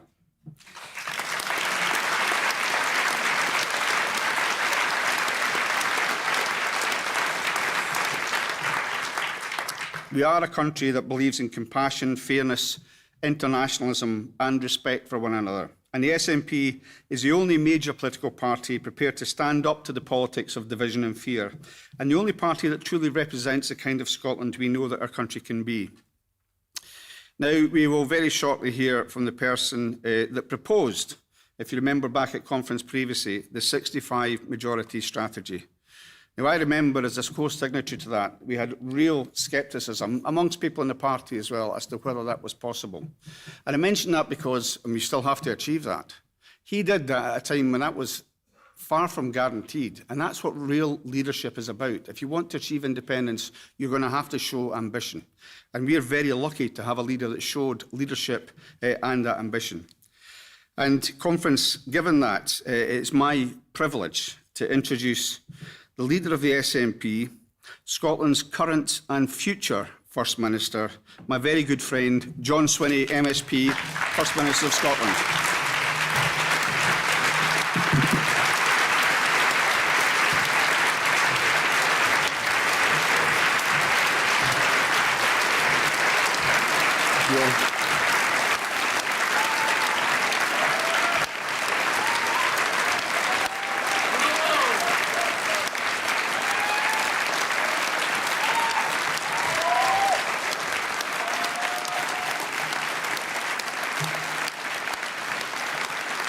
Friends, thank you. Thank you. Thank you all.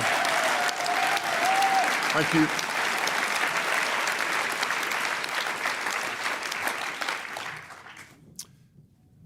Friends, thank you for such a lovely welcome. It's hard to believe 18 months have passed since we last gathered in this very hall. And since then, we've made a lot of progress as a party. But as you heard from Stephen Flynn this morning, I'm only just getting started.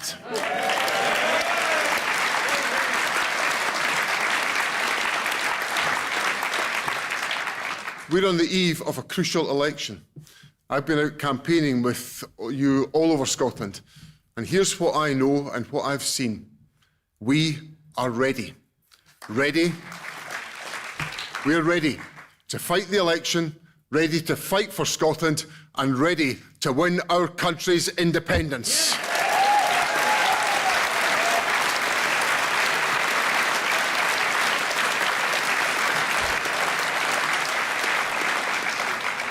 The progress we've made is because we've put Scotland and the people's priorities first.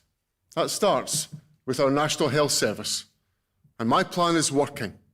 We've halved NHS waiting times for new outpatients. GP numbers are up. The number of operations is rising, and with thousands more hip and knee operations. Long waits are down for 8 months in a row. And from Stranraer to Shetland,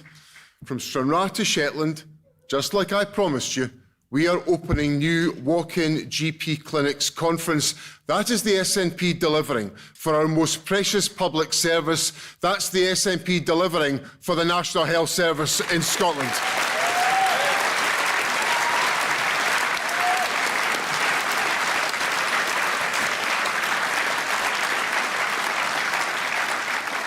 And it means acting on the cost of living, which is hurting people every day. It feels like prices just keep going up. That's why we're taking the action wherever we can. That's why we've ended peak fares on our railways and frozen ticket prices. That's why bus travel is free for the youngest and oldest passengers. No tuition fees, free prescriptions, free childcare worth more than £6,000 per year. The People's Priorities Conference, always the priorities of the Scottish National Party.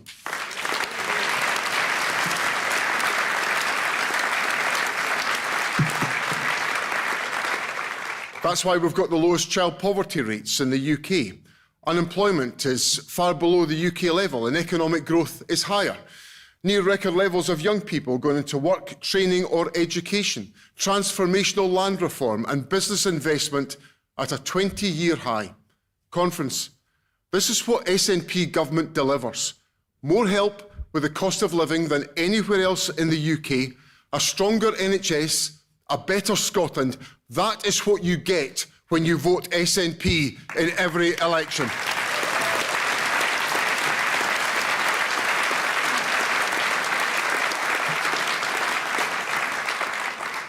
We've always been an outward-looking country.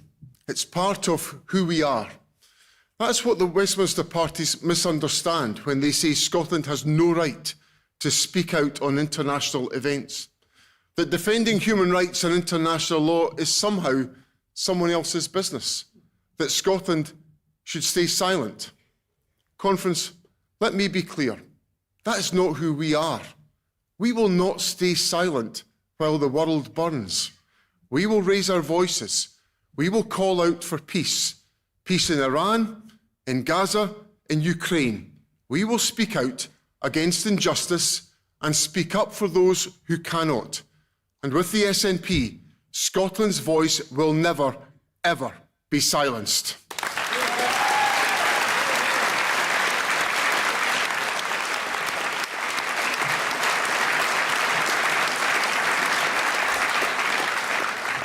In an increasingly unstable world, we have to make sure our country is safe.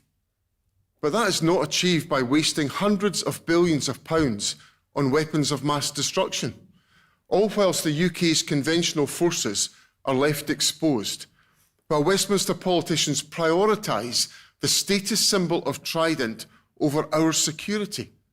But the SNP is unequivocal. Scotland is unequivocal. We will never compromise on this.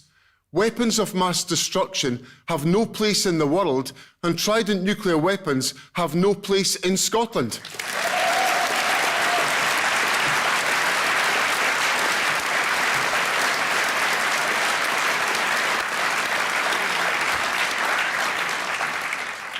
Right now, once again, the world is watching as war rages in the Middle East. We all know the Iranian regime is brutal and illegitimate. It has brought untold suffering on its own citizens and on people across the region. But that does not justify what we are seeing on our television screens every night. Tehran in flames, whole streets on fire, schools bombed, thousands killed. The Iranian regime have terrorised their own population. Now those self-same civilians are dying at the hands of American and Israeli bombs. So let me be clear. The unjustifiable actions of the United States and Israel have no basis under international law. They must stop.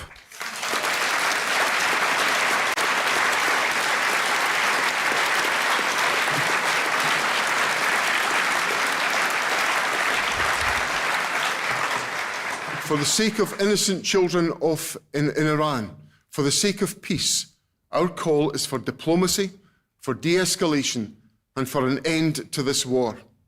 Conference, we will always speak up for the protection of innocent civilians and international law. But if we were an independent country, we could do so much more.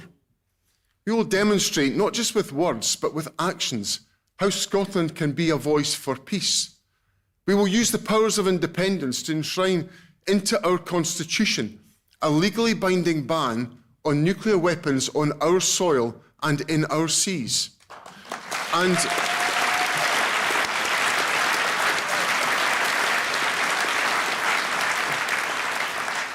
Conference, we will go further. With independence, we will ban any foreign military power engaged in illegal conflicts from our shores. Two statements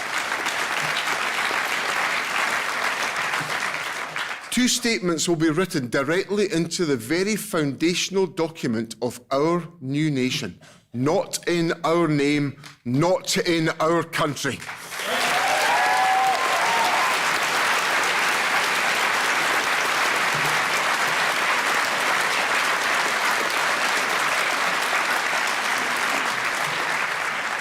The international upheaval we're seeing threatens to destabilise economies around the world, including our own. If things were not tough enough already, this reckless war will make the cost of living crisis even worse. Fuel prices, food prices, electricity, people's lives, livelihoods and plans for the future have been thrown into chaos. All across Scotland, the message is the same. Many people struggling to put food on the table or scared to put the heating on. Parents worried their kids will never be able to afford the life they enjoyed. And people who've worked their whole lives finding that their pension just isn't enough. No wonder they feel angry. No wonder they feel trapped. Quite simply, Westminster is broken. It doesn't generate enough economic growth. It doesn't generate enough money for our public services. And it looks the other way as the super rich get even richer. Westminster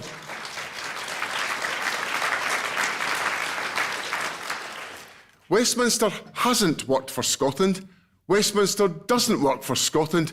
Westminster will never, ever work for Scotland.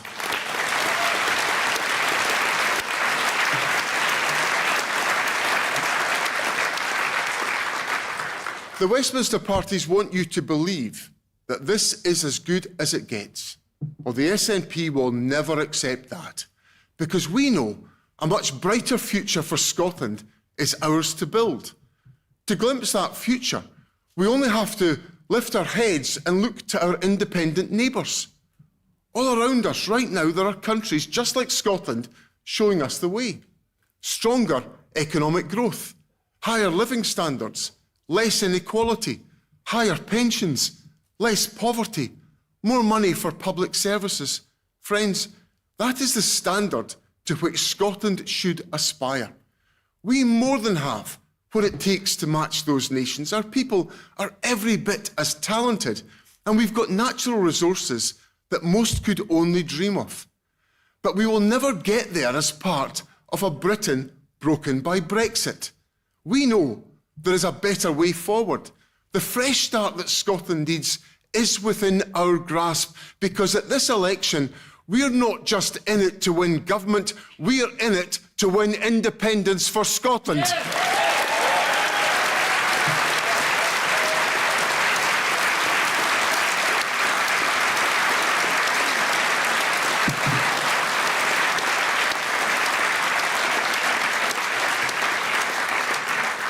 Because, delegates, our goal is nothing less than transforming Scotland into the country we know in our hearts that Scotland can be. And it starts with our very youngest. The SNP in government has transformed childcare. When we first took office, the position we inherited from Labour was pitiful. Step by step, we increased support for families. Every step forward changed lives. But we're not going to stop there. Because I've heard the calls from parents across the country who need more support, who are struggling to juggle work and childcare.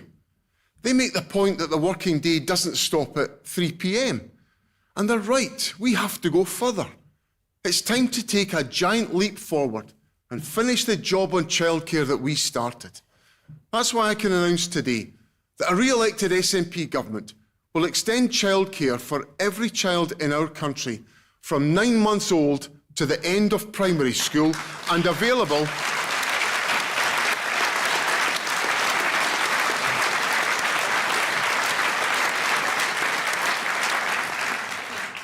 and available 52 weeks a year.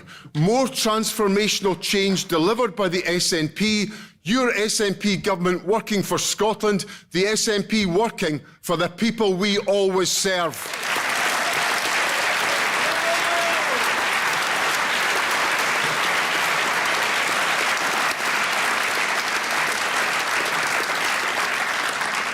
Delegates, this will be backed by over £500 million of new investment.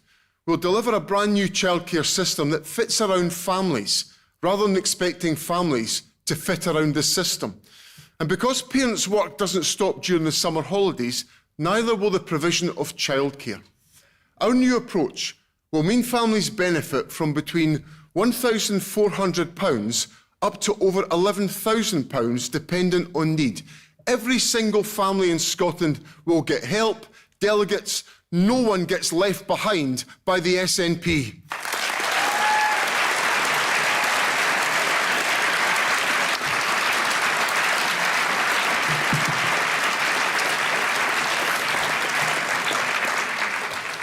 When I returned to government, I could see that Scotland was at a fork in the road.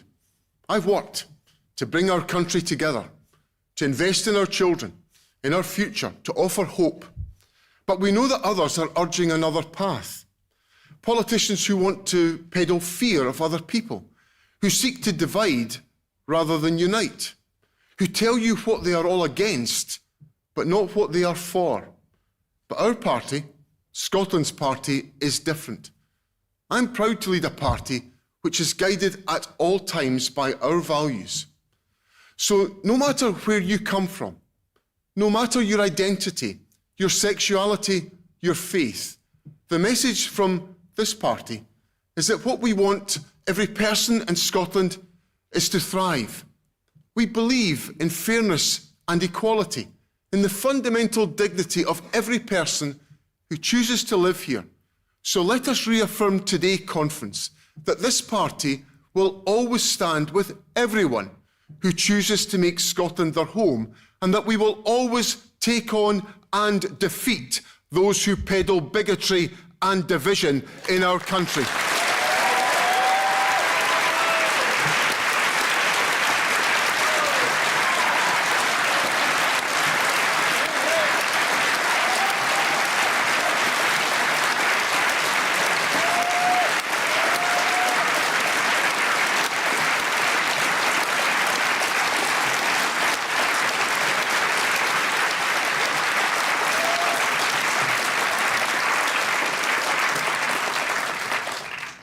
Two weeks ago, we said goodbye to a woman who believed in that fundamental dignity to her core, one of the finest servants of Scotland I have ever known, the remarkable Jean Freeman.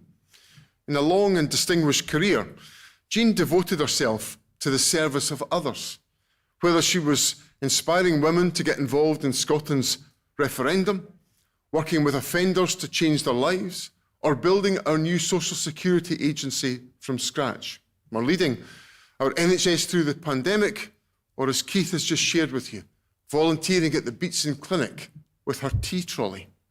Jean never accepted second best, and she was fearless in standing up for what she believed in. But she didn't just believe in a better Scotland, she helped to build a better Scotland. Her legacy is an inspiration to us all. So let's resolve today to build on Jean's legacy, to run towards the big challenges rather than away from them, and not just to believe in a better Scotland, but to work together very hard every day to build a better Scotland.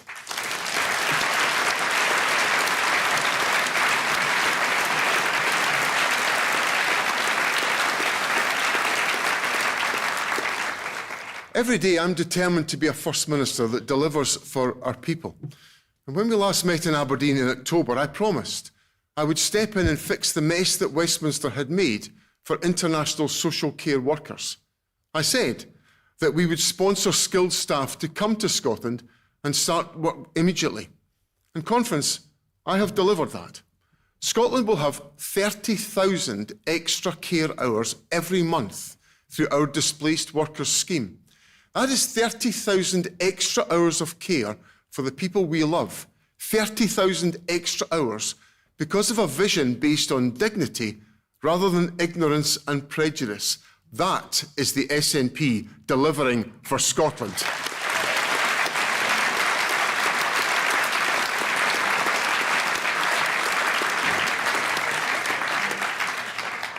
Five months ago, I promised that I would deliver 15 new walk-in GP clinics.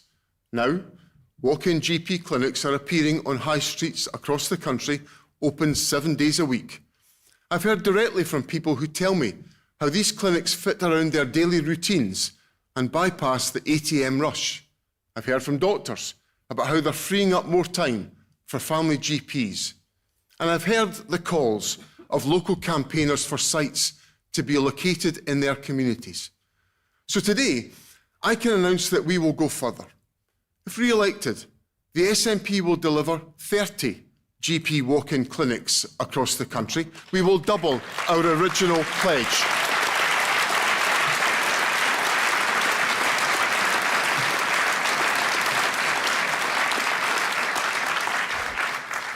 Reaching more villages, towns and communities the length and breadth of Scotland. In Angus, Livingston, Paisley, Inverness, Glasgow, Falkirk, Ayrshire, Edinburgh, Lanarkshire, East Kilbride, the Tweed Valley, East Renfrewshire and Dumbarton. That's the SNP delivering for Scotland.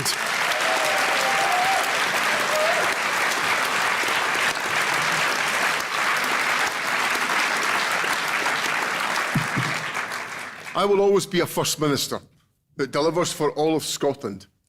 And this week, I made a promise to the great city of Glasgow that the SNP would stand shoulder to shoulder with the city as it rebuilds from the fire that shocked us all last weekend. I said on Tuesday that given the significant cost for the city, we would back those words with cash.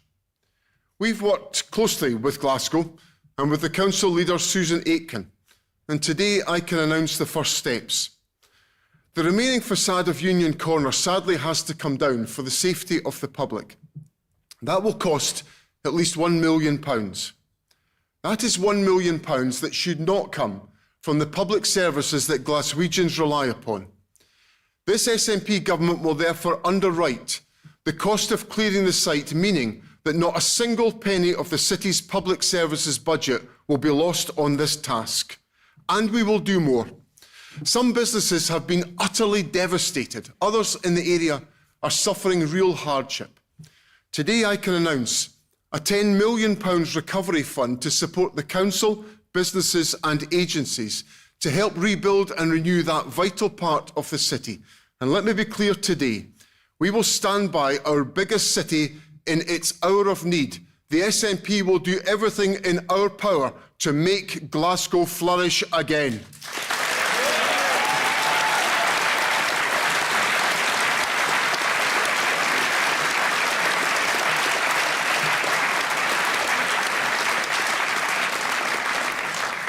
I was struck by the sense of community that emerged in the hours after the fire. The city rallied around the businesses and the livelihoods which had been lost, and around the emergency services, the firefighters, who risked their lives to ensure people's safety. When times are tough, Scotland pulls together to look after one another. We care for each other, for our neighbours, our colleagues, our friends. That really matters. Just look at the decisions Scotland has taken since our Parliament was established and how we've stood together as a consequence. We've used every little bit of our self-government to support people through their lives. For children in poverty, a Scottish Child Payment. For young people, no tuition fees. For first-time buyers, help with your deposit. To those facing ill health, free prescriptions. And later in life, free personal and nursing care. From the beginning of our lives to the very end, self-government is making lives better, and SNP government is making people's lives better as well.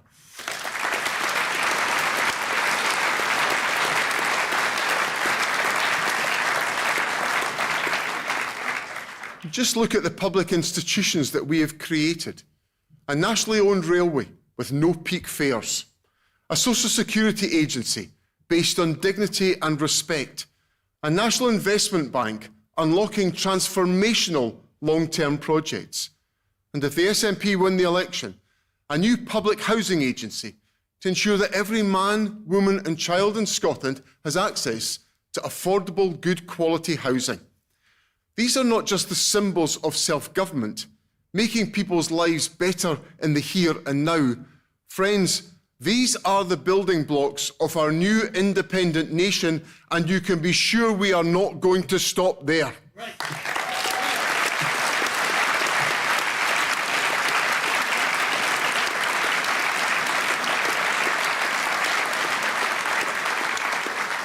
Central to a decent society is making sure everyone has a good home. And I've heard from so many young people who don't believe that owning their own home will ever be a reality for them. Many of them are paying more on rent than they would on a mortgage, but they just cannot find a way to build up the deposit they need. With bills seeming to just go up and up, there just isn't enough left at the end of the month to save up. It's a trap, leaving them locked out of home ownership, often well into their 30s. But the SNP government will step up. Conference, if re-elected, we will provide up to £10,000 towards a deposit to give people the help they need to buy their first home.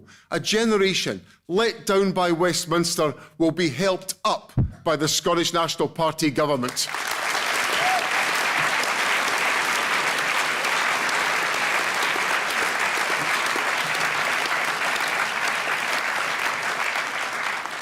When you look at the great steps forward we have taken, you can see that they are the foundations of an independent nation state. And none of them would have happened had Scotland not voted for our own parliament. That is the difference self-government makes. But the great prize of becoming independent is that it allows us to complete that journey, to consign an increasingly out-of-touch Westminster to history and replace it with something new, something which will be shaped by the people who care about Scotland the most, the people who live here. Independence gives us the opportunity to entrench the things that matter to us. We will ensure that access to our National Health Service remains free at the point of need as a fundamental right. While others flirt with privatisation, Conference, let our party be clear. Scotland's NHS is not for sale at any price. Our health service will never, ever be privatised.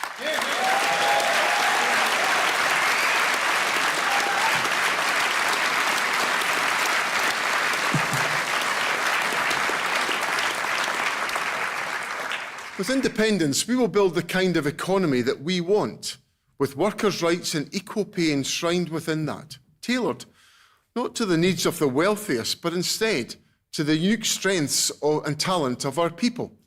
With independence, Scotland will benefit from our own vast energy wealth, choosing instead to put that wealth into the hands of the people, bringing down bills, delivering a just transition. Westminster cannot be allowed to squander our renewable energy wealth. So let us resolve today that Scotland's energy should be in Scotland's hands, and the days of Scotland's energy flowing to line the pockets of billionaires and the Treasury in London must be over, and over for good. Yeah.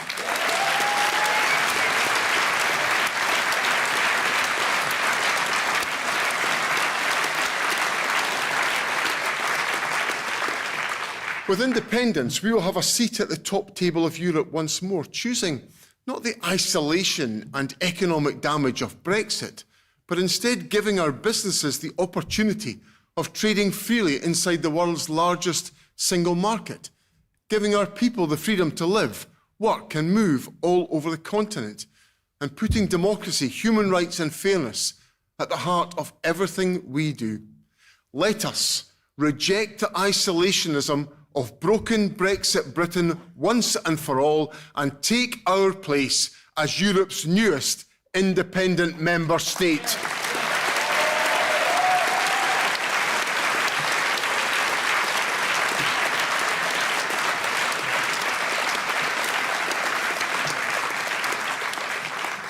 An independent Scotland will be made in its own image, and the power of the Scottish state will be derived from the people in all their diversity. That, for me, is the essence of what independence is all about, where a man's a man for all that is not just a song that we sing on special occasions, but a value that we live and breathe by every single day. This is not just some pipe dream. For people living in independent countries all around us, it is the daily reality. And have no doubt, delegates, it will soon be Scotland's reality as well.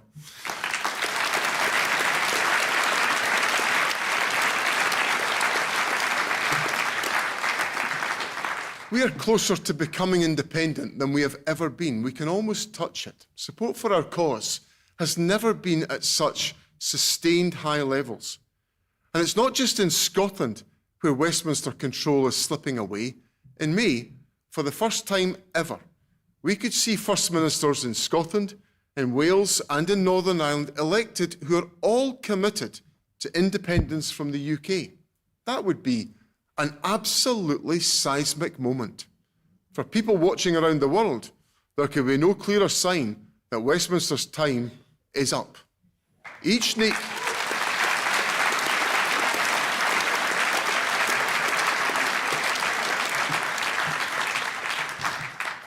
nation of the UK, of course, has its own history and its own future to determine. But what we have in common is the desire for a new and truly equal partnership with people living across these islands, the ability to form new partnerships and rekindle old ones with those beyond our shores. Friends, Scotland can lead this great wave of change. The opportunity before us is enormous, but we need to reach out and grab it. In 2011, people in Scotland secured a path to independence by returning an SNP majority. On the 7th of May, we need to do the same again and show Westminster, once and for all, that it is Scotland's people that will determine Scotland's future.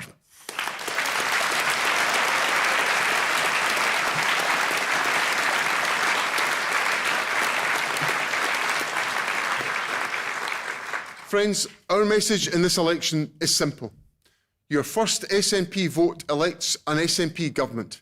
Use it to vote for a better NHS, for GP walk-in clinics, for help with the cost of living, for the first-time buyer's deposit, and a massive increase in childcare that leaves no one behind. And your second SNP vote delivers independence. It secures a majority that will lay the path to a referendum that we will win. That's the Scotland I want to live in. That's the Scotland I want to build as First Minister. On the 7th of May, make it both votes SNP, and let's build Scotland's future together. Thank you very much.